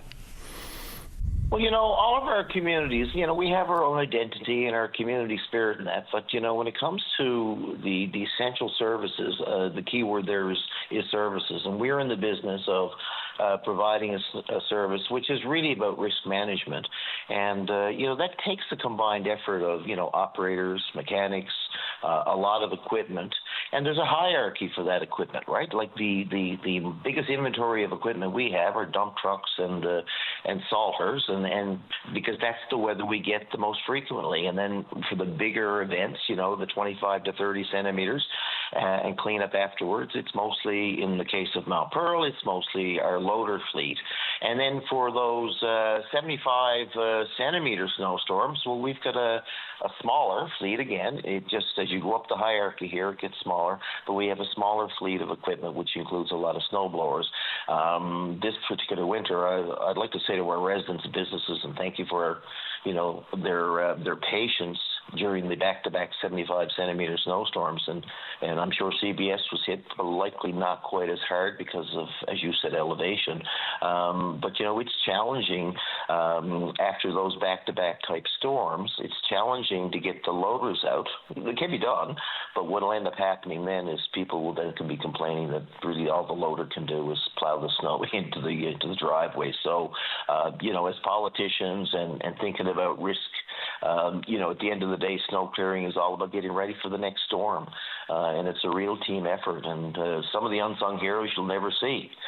Nobody throws snowballs at the mechanics or the municipal enforcement officers who help keep the fleet running, during a storm and that. But it's quite well orchestrated. Now we're in the middle of transitioning to a half a shift now these days compared to what we normally have in winter, but we will maintain the night shift as we get through it all. But, expectations are always high. But I'd just like to say at the end of the day, it's all about risk management, because we want to make sure people are safe, that they can go to school, that they can go to work. Unfortunately, it's challenging after a storm, as you would well know, in trying to open up all the sidewalks. And, we have a good culture in the city where our trails are quite often used in winter. But frankly, sometimes you have to create your own priorities at the end of the day. So it was a good winter. The fleet survived, and now we're getting ready to cut the lawn, and hopefully it rains all summer at night, and in the daytime we can enjoy barbecues and the like. But I listened to Fred there a few minutes ago talking about communication, everybody be on the same page when it comes to the fires. But some of the smaller or medium-sized communities in this province have fire hazard boards that are up. They're big signs, likely like a 12 by 12, and then they have a little generic message at the top. They're usually a forest green, and across the bottom it gives you what the current index is. So I would just say to everybody, don't rely always on social media or the internet, which is a good resource. But, if you're driving into your community from far and away, or if you're a visitor to the area, I think CBS, Mount Pearl, all of our communities should have signs up like that. And then, of course, there would be one lead from the orchestra pit, so to speak, to make sure all those boards lined up. But, that sounds like a good idea. We can't just always rely on social media, can we? No, you can't. And, and you got to be where people live. So putting it alongside the road when you're coming or going from a community makes perfect sense. Look, Dave, just back to the winter again, and this is something that municipalities found since COVID, of course, the cost of maintaining the fleet, and the harder the winter, of course, and it's the continuous question the annual question from you, are you over budget? And one of the things that I know is that it's not so much from the staffing and the snowplow. You got the staff anyway. You have the snowplows anyway. The budget gets hit when they start breaking down, and you got to start replacing parts or getting them fixed because if the winter's hard, things are going to break. If there's no snow, nothing's going to break. How did you fare this year for that? And like you said, nobody's throwing snowballs at the mechanics, but they are heroes in this as well. Yeah, they are. And, we did fairly well. Our fleet is relatively new compared to where it was, say, 10 years ago. But there's no doubt that, hoses break and hydraulics go and all that other good stuff that I'm really not that technically equipped to answer. But, we have also some extra machines. So when a loader goes down that needs a new hydraulic hose, we can park it in the garage. The mechanics will get on it, and there's always another loader, typically an older one, if you know what I mean. That's been kept around. So when we replace our fleet, we don't just automatically sell the equipment. But this year, the hit is going to be on salt. One thing I can say to everybody, and you're going to think I'm just being cute, but our budget doesn't end till December. And quite often there's 2 winters in every calendar year for budget purposes. And we rarely get back-to-back hits in the winter months of January, February, March, as well as in the months of November and December at the other end of the year. So it's difficult to tell where it's going. But there is a shortage of salt right now in the province, and that's because of the vast amounts that were used. So you can just go do the math from that. I think the price of salt is up tremendously in the last 2 or 3 years. Usage has gone up so high that I believe the 2 piles that are generally used for salt supply are in Bay Roberts, I believe, and also Harvey's downtown, and I think everybody's scrambling to pick up their salt shakers right now and use every last bit that we've got. But I understand our salt shed is full. But if this was the middle of January, I'd be really worried. Yeah, no, I understand. And of course, the only saving grace we got now is a little milder weather and less snow in the forecast, and hopefully we don't need to get past the end of the salt. That's for sure. So, and you got lots of time to get it for fall, then, Dave, for next year, and do it all over again. You could never be too ready. And Darren, before I leave, I just wanted we have a shared experience, you and I, with soccer as well as with figure skating. But perhaps next week we can talk about a FIFA tour that's being done in Canada. It starts in Mount Pearl on June 1st. And I'd like to encourage everybody in the region to come on out as we get ready, along with the United States and Mexico, to host the World Cup 2026. Yeah, creating excitement for the World Cup and going around to local communities. I saw the posting there for Mount Pearl. Congratulations on that. And of course, I believe the first game in Canada is in Toronto on June the 12th. So it's coming upon pretty quickly. Mayor Aker, thank you for your time this morning. Best of luck and all the best going forward. Thanks, Darren. Good luck with this new gig for a while. Appreciate the call. Appreciate it. Thank you, Mayor Aker. And we're past the break time again, so I'll turn it back over to Dave. You're listening to Open Line. I'm your host, Darren Bent. Give us a call. We've got another 20-odd minutes left to fill. The Tim Powers Show. Join the conversation weekday afternoons at 4 p.m. on your VOCM. Open Line. I'm your host, Darren Bent, and we're in the last half hour of the show. And on line 2, I have Brad, and Brad wants to talk about President Trump. And of course, I believe, Brad, this is a counterpoint. You're the counterpoint?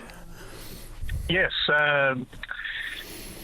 I have a differing opinion in the fact to all these conflicts. I think Trump knows exactly what he's doing when it comes to these conflicts.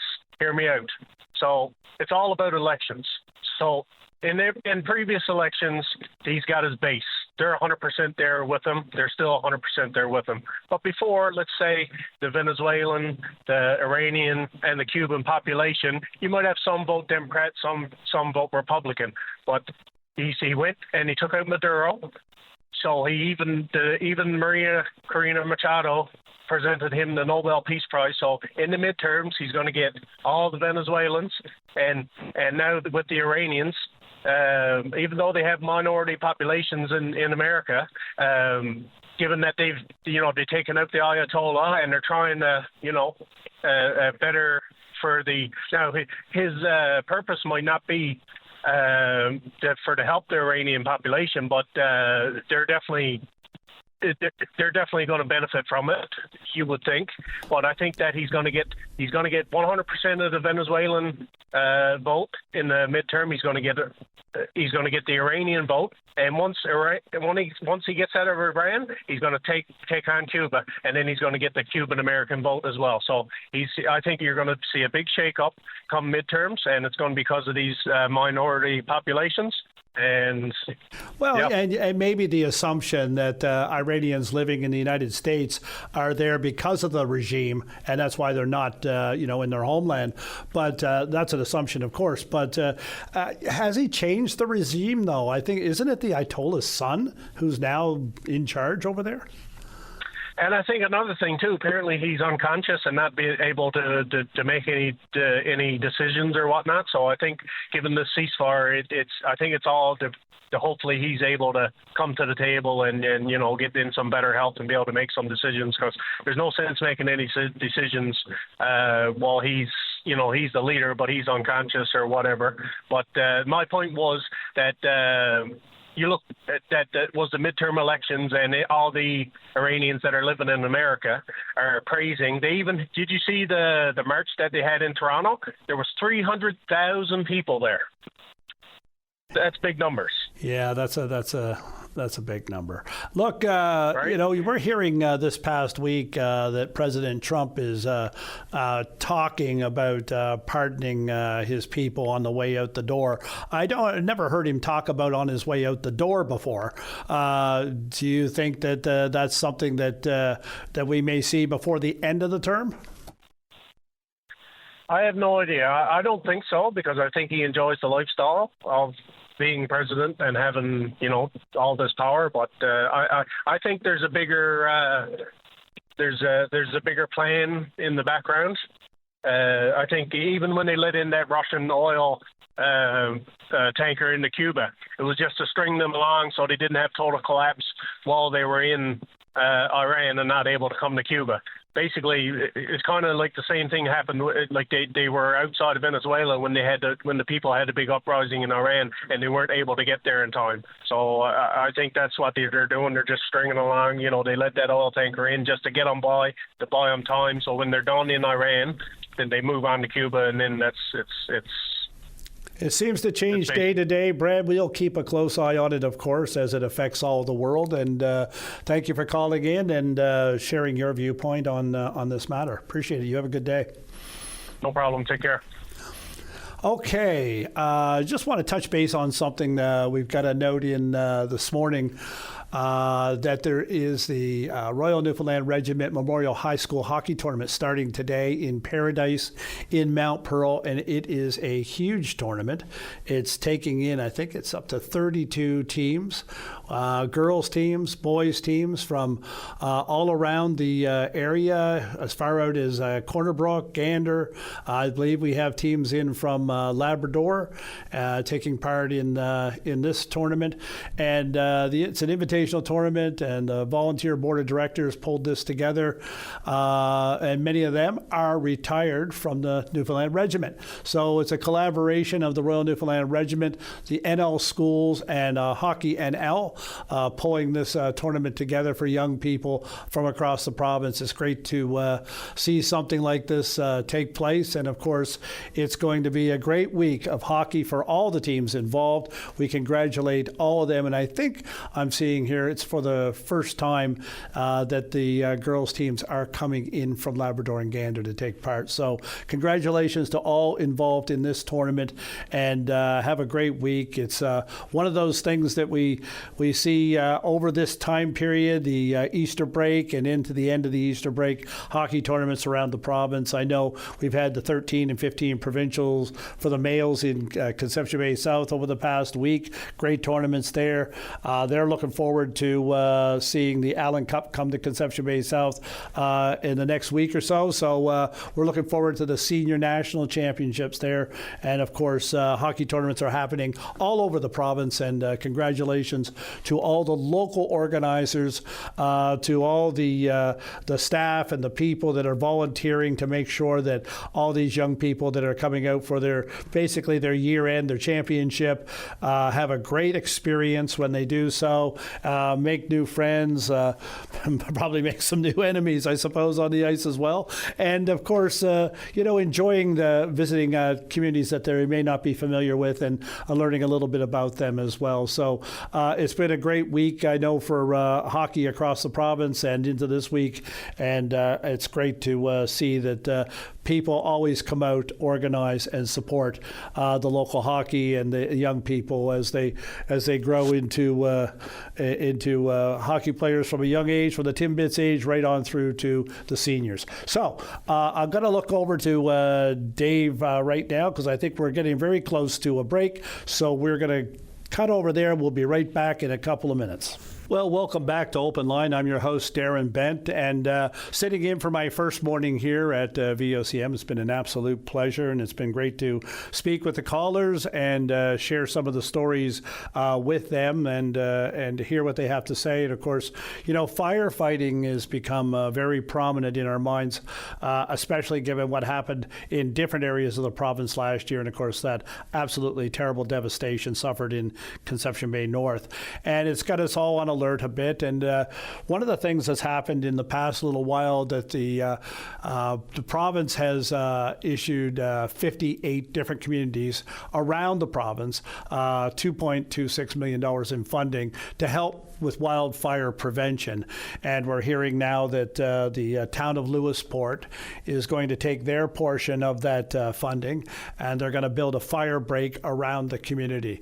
And given the location of Lewisport and the the ability for them to do something like that, I think, would be an incredible safety move on their part, and certainly going proactive in a way that communities around the province should be looking. Of course, you have a number of communities that making a fire break around them would almost be an impossible task.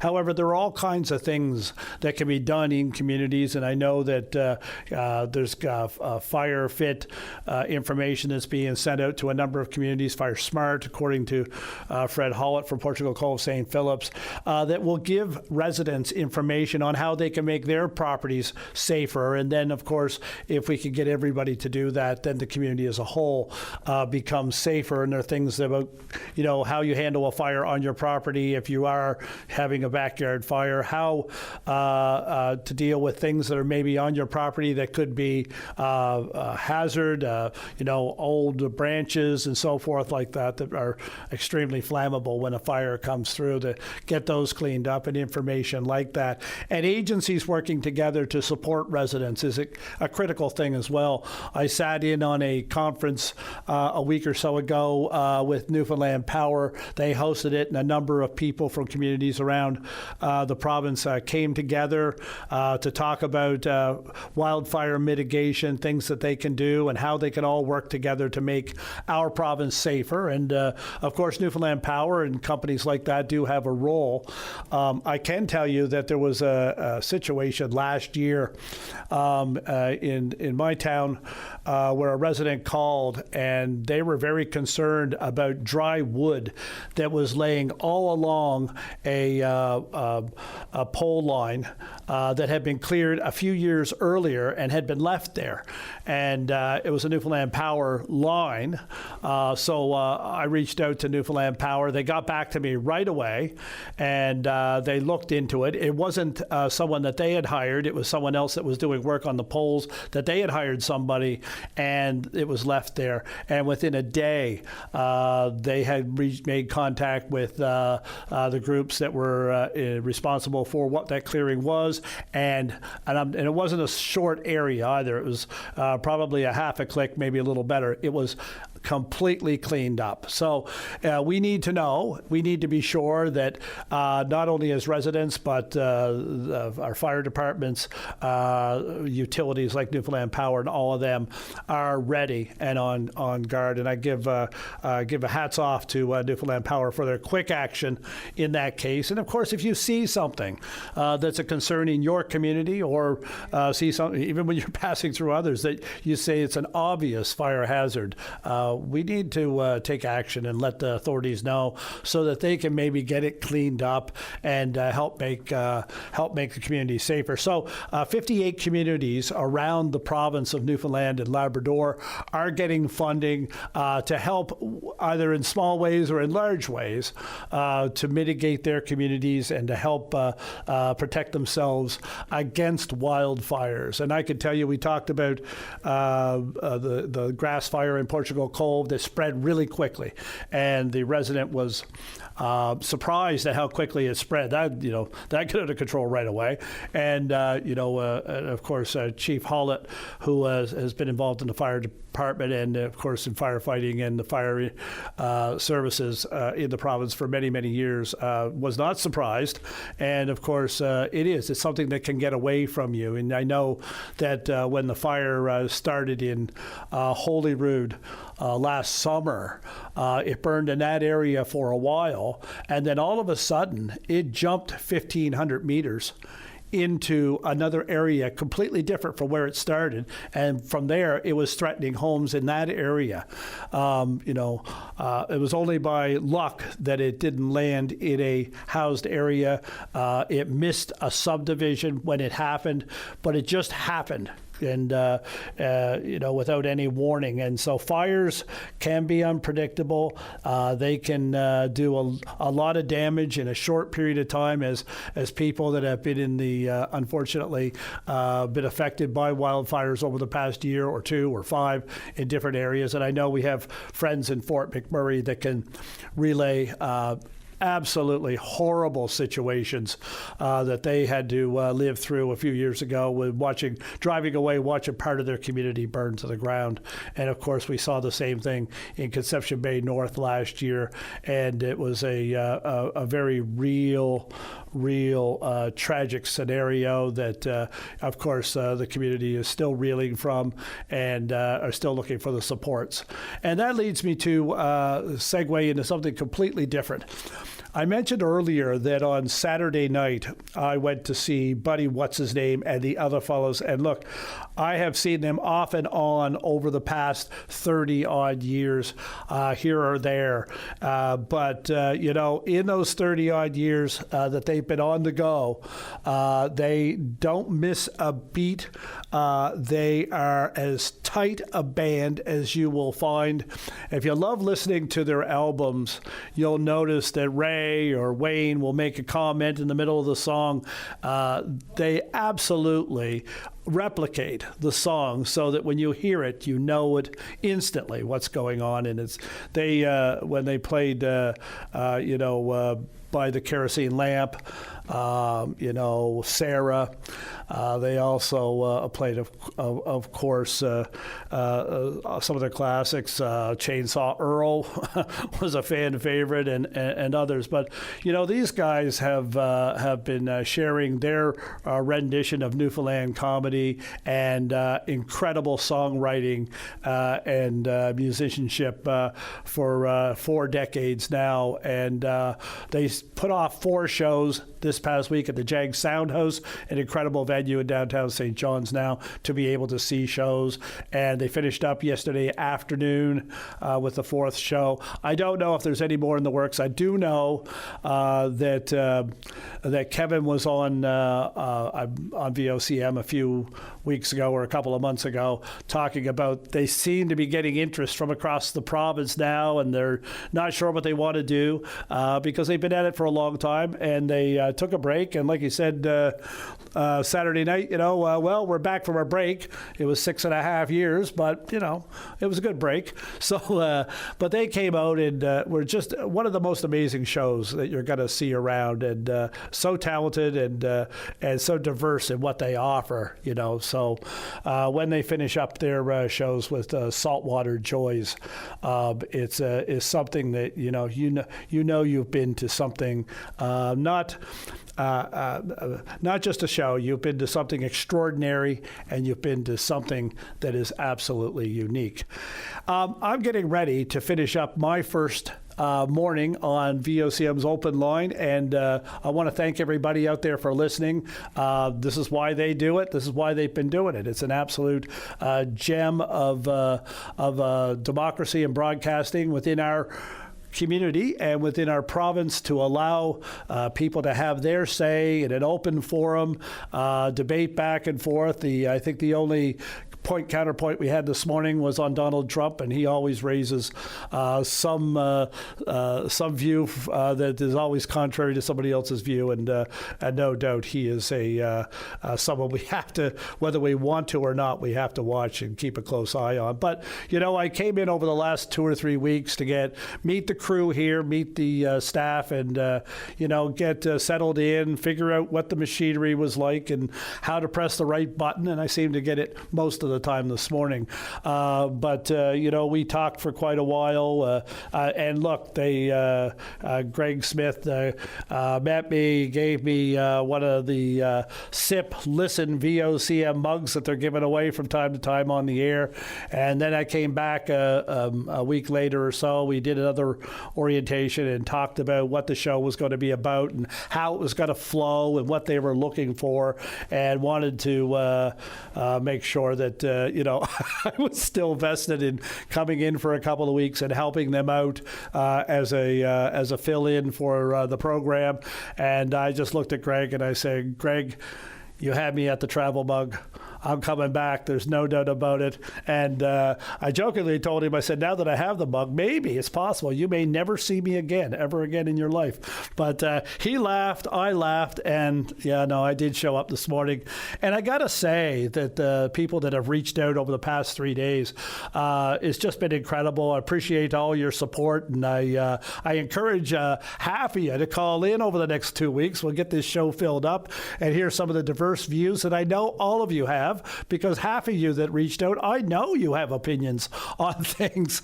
So let's get them on the air and share them with the rest of the province so that we can all learn a little bit, get a better sense of where everybody's coming from on a number of different issues. And so I am closing out my first 3-hour stint here. And when I leave the booth here, and let me tell you, I was a little nervous this morning because Greg was walking around with a big hook, but I never got the hook, so I got to finish the show anyway.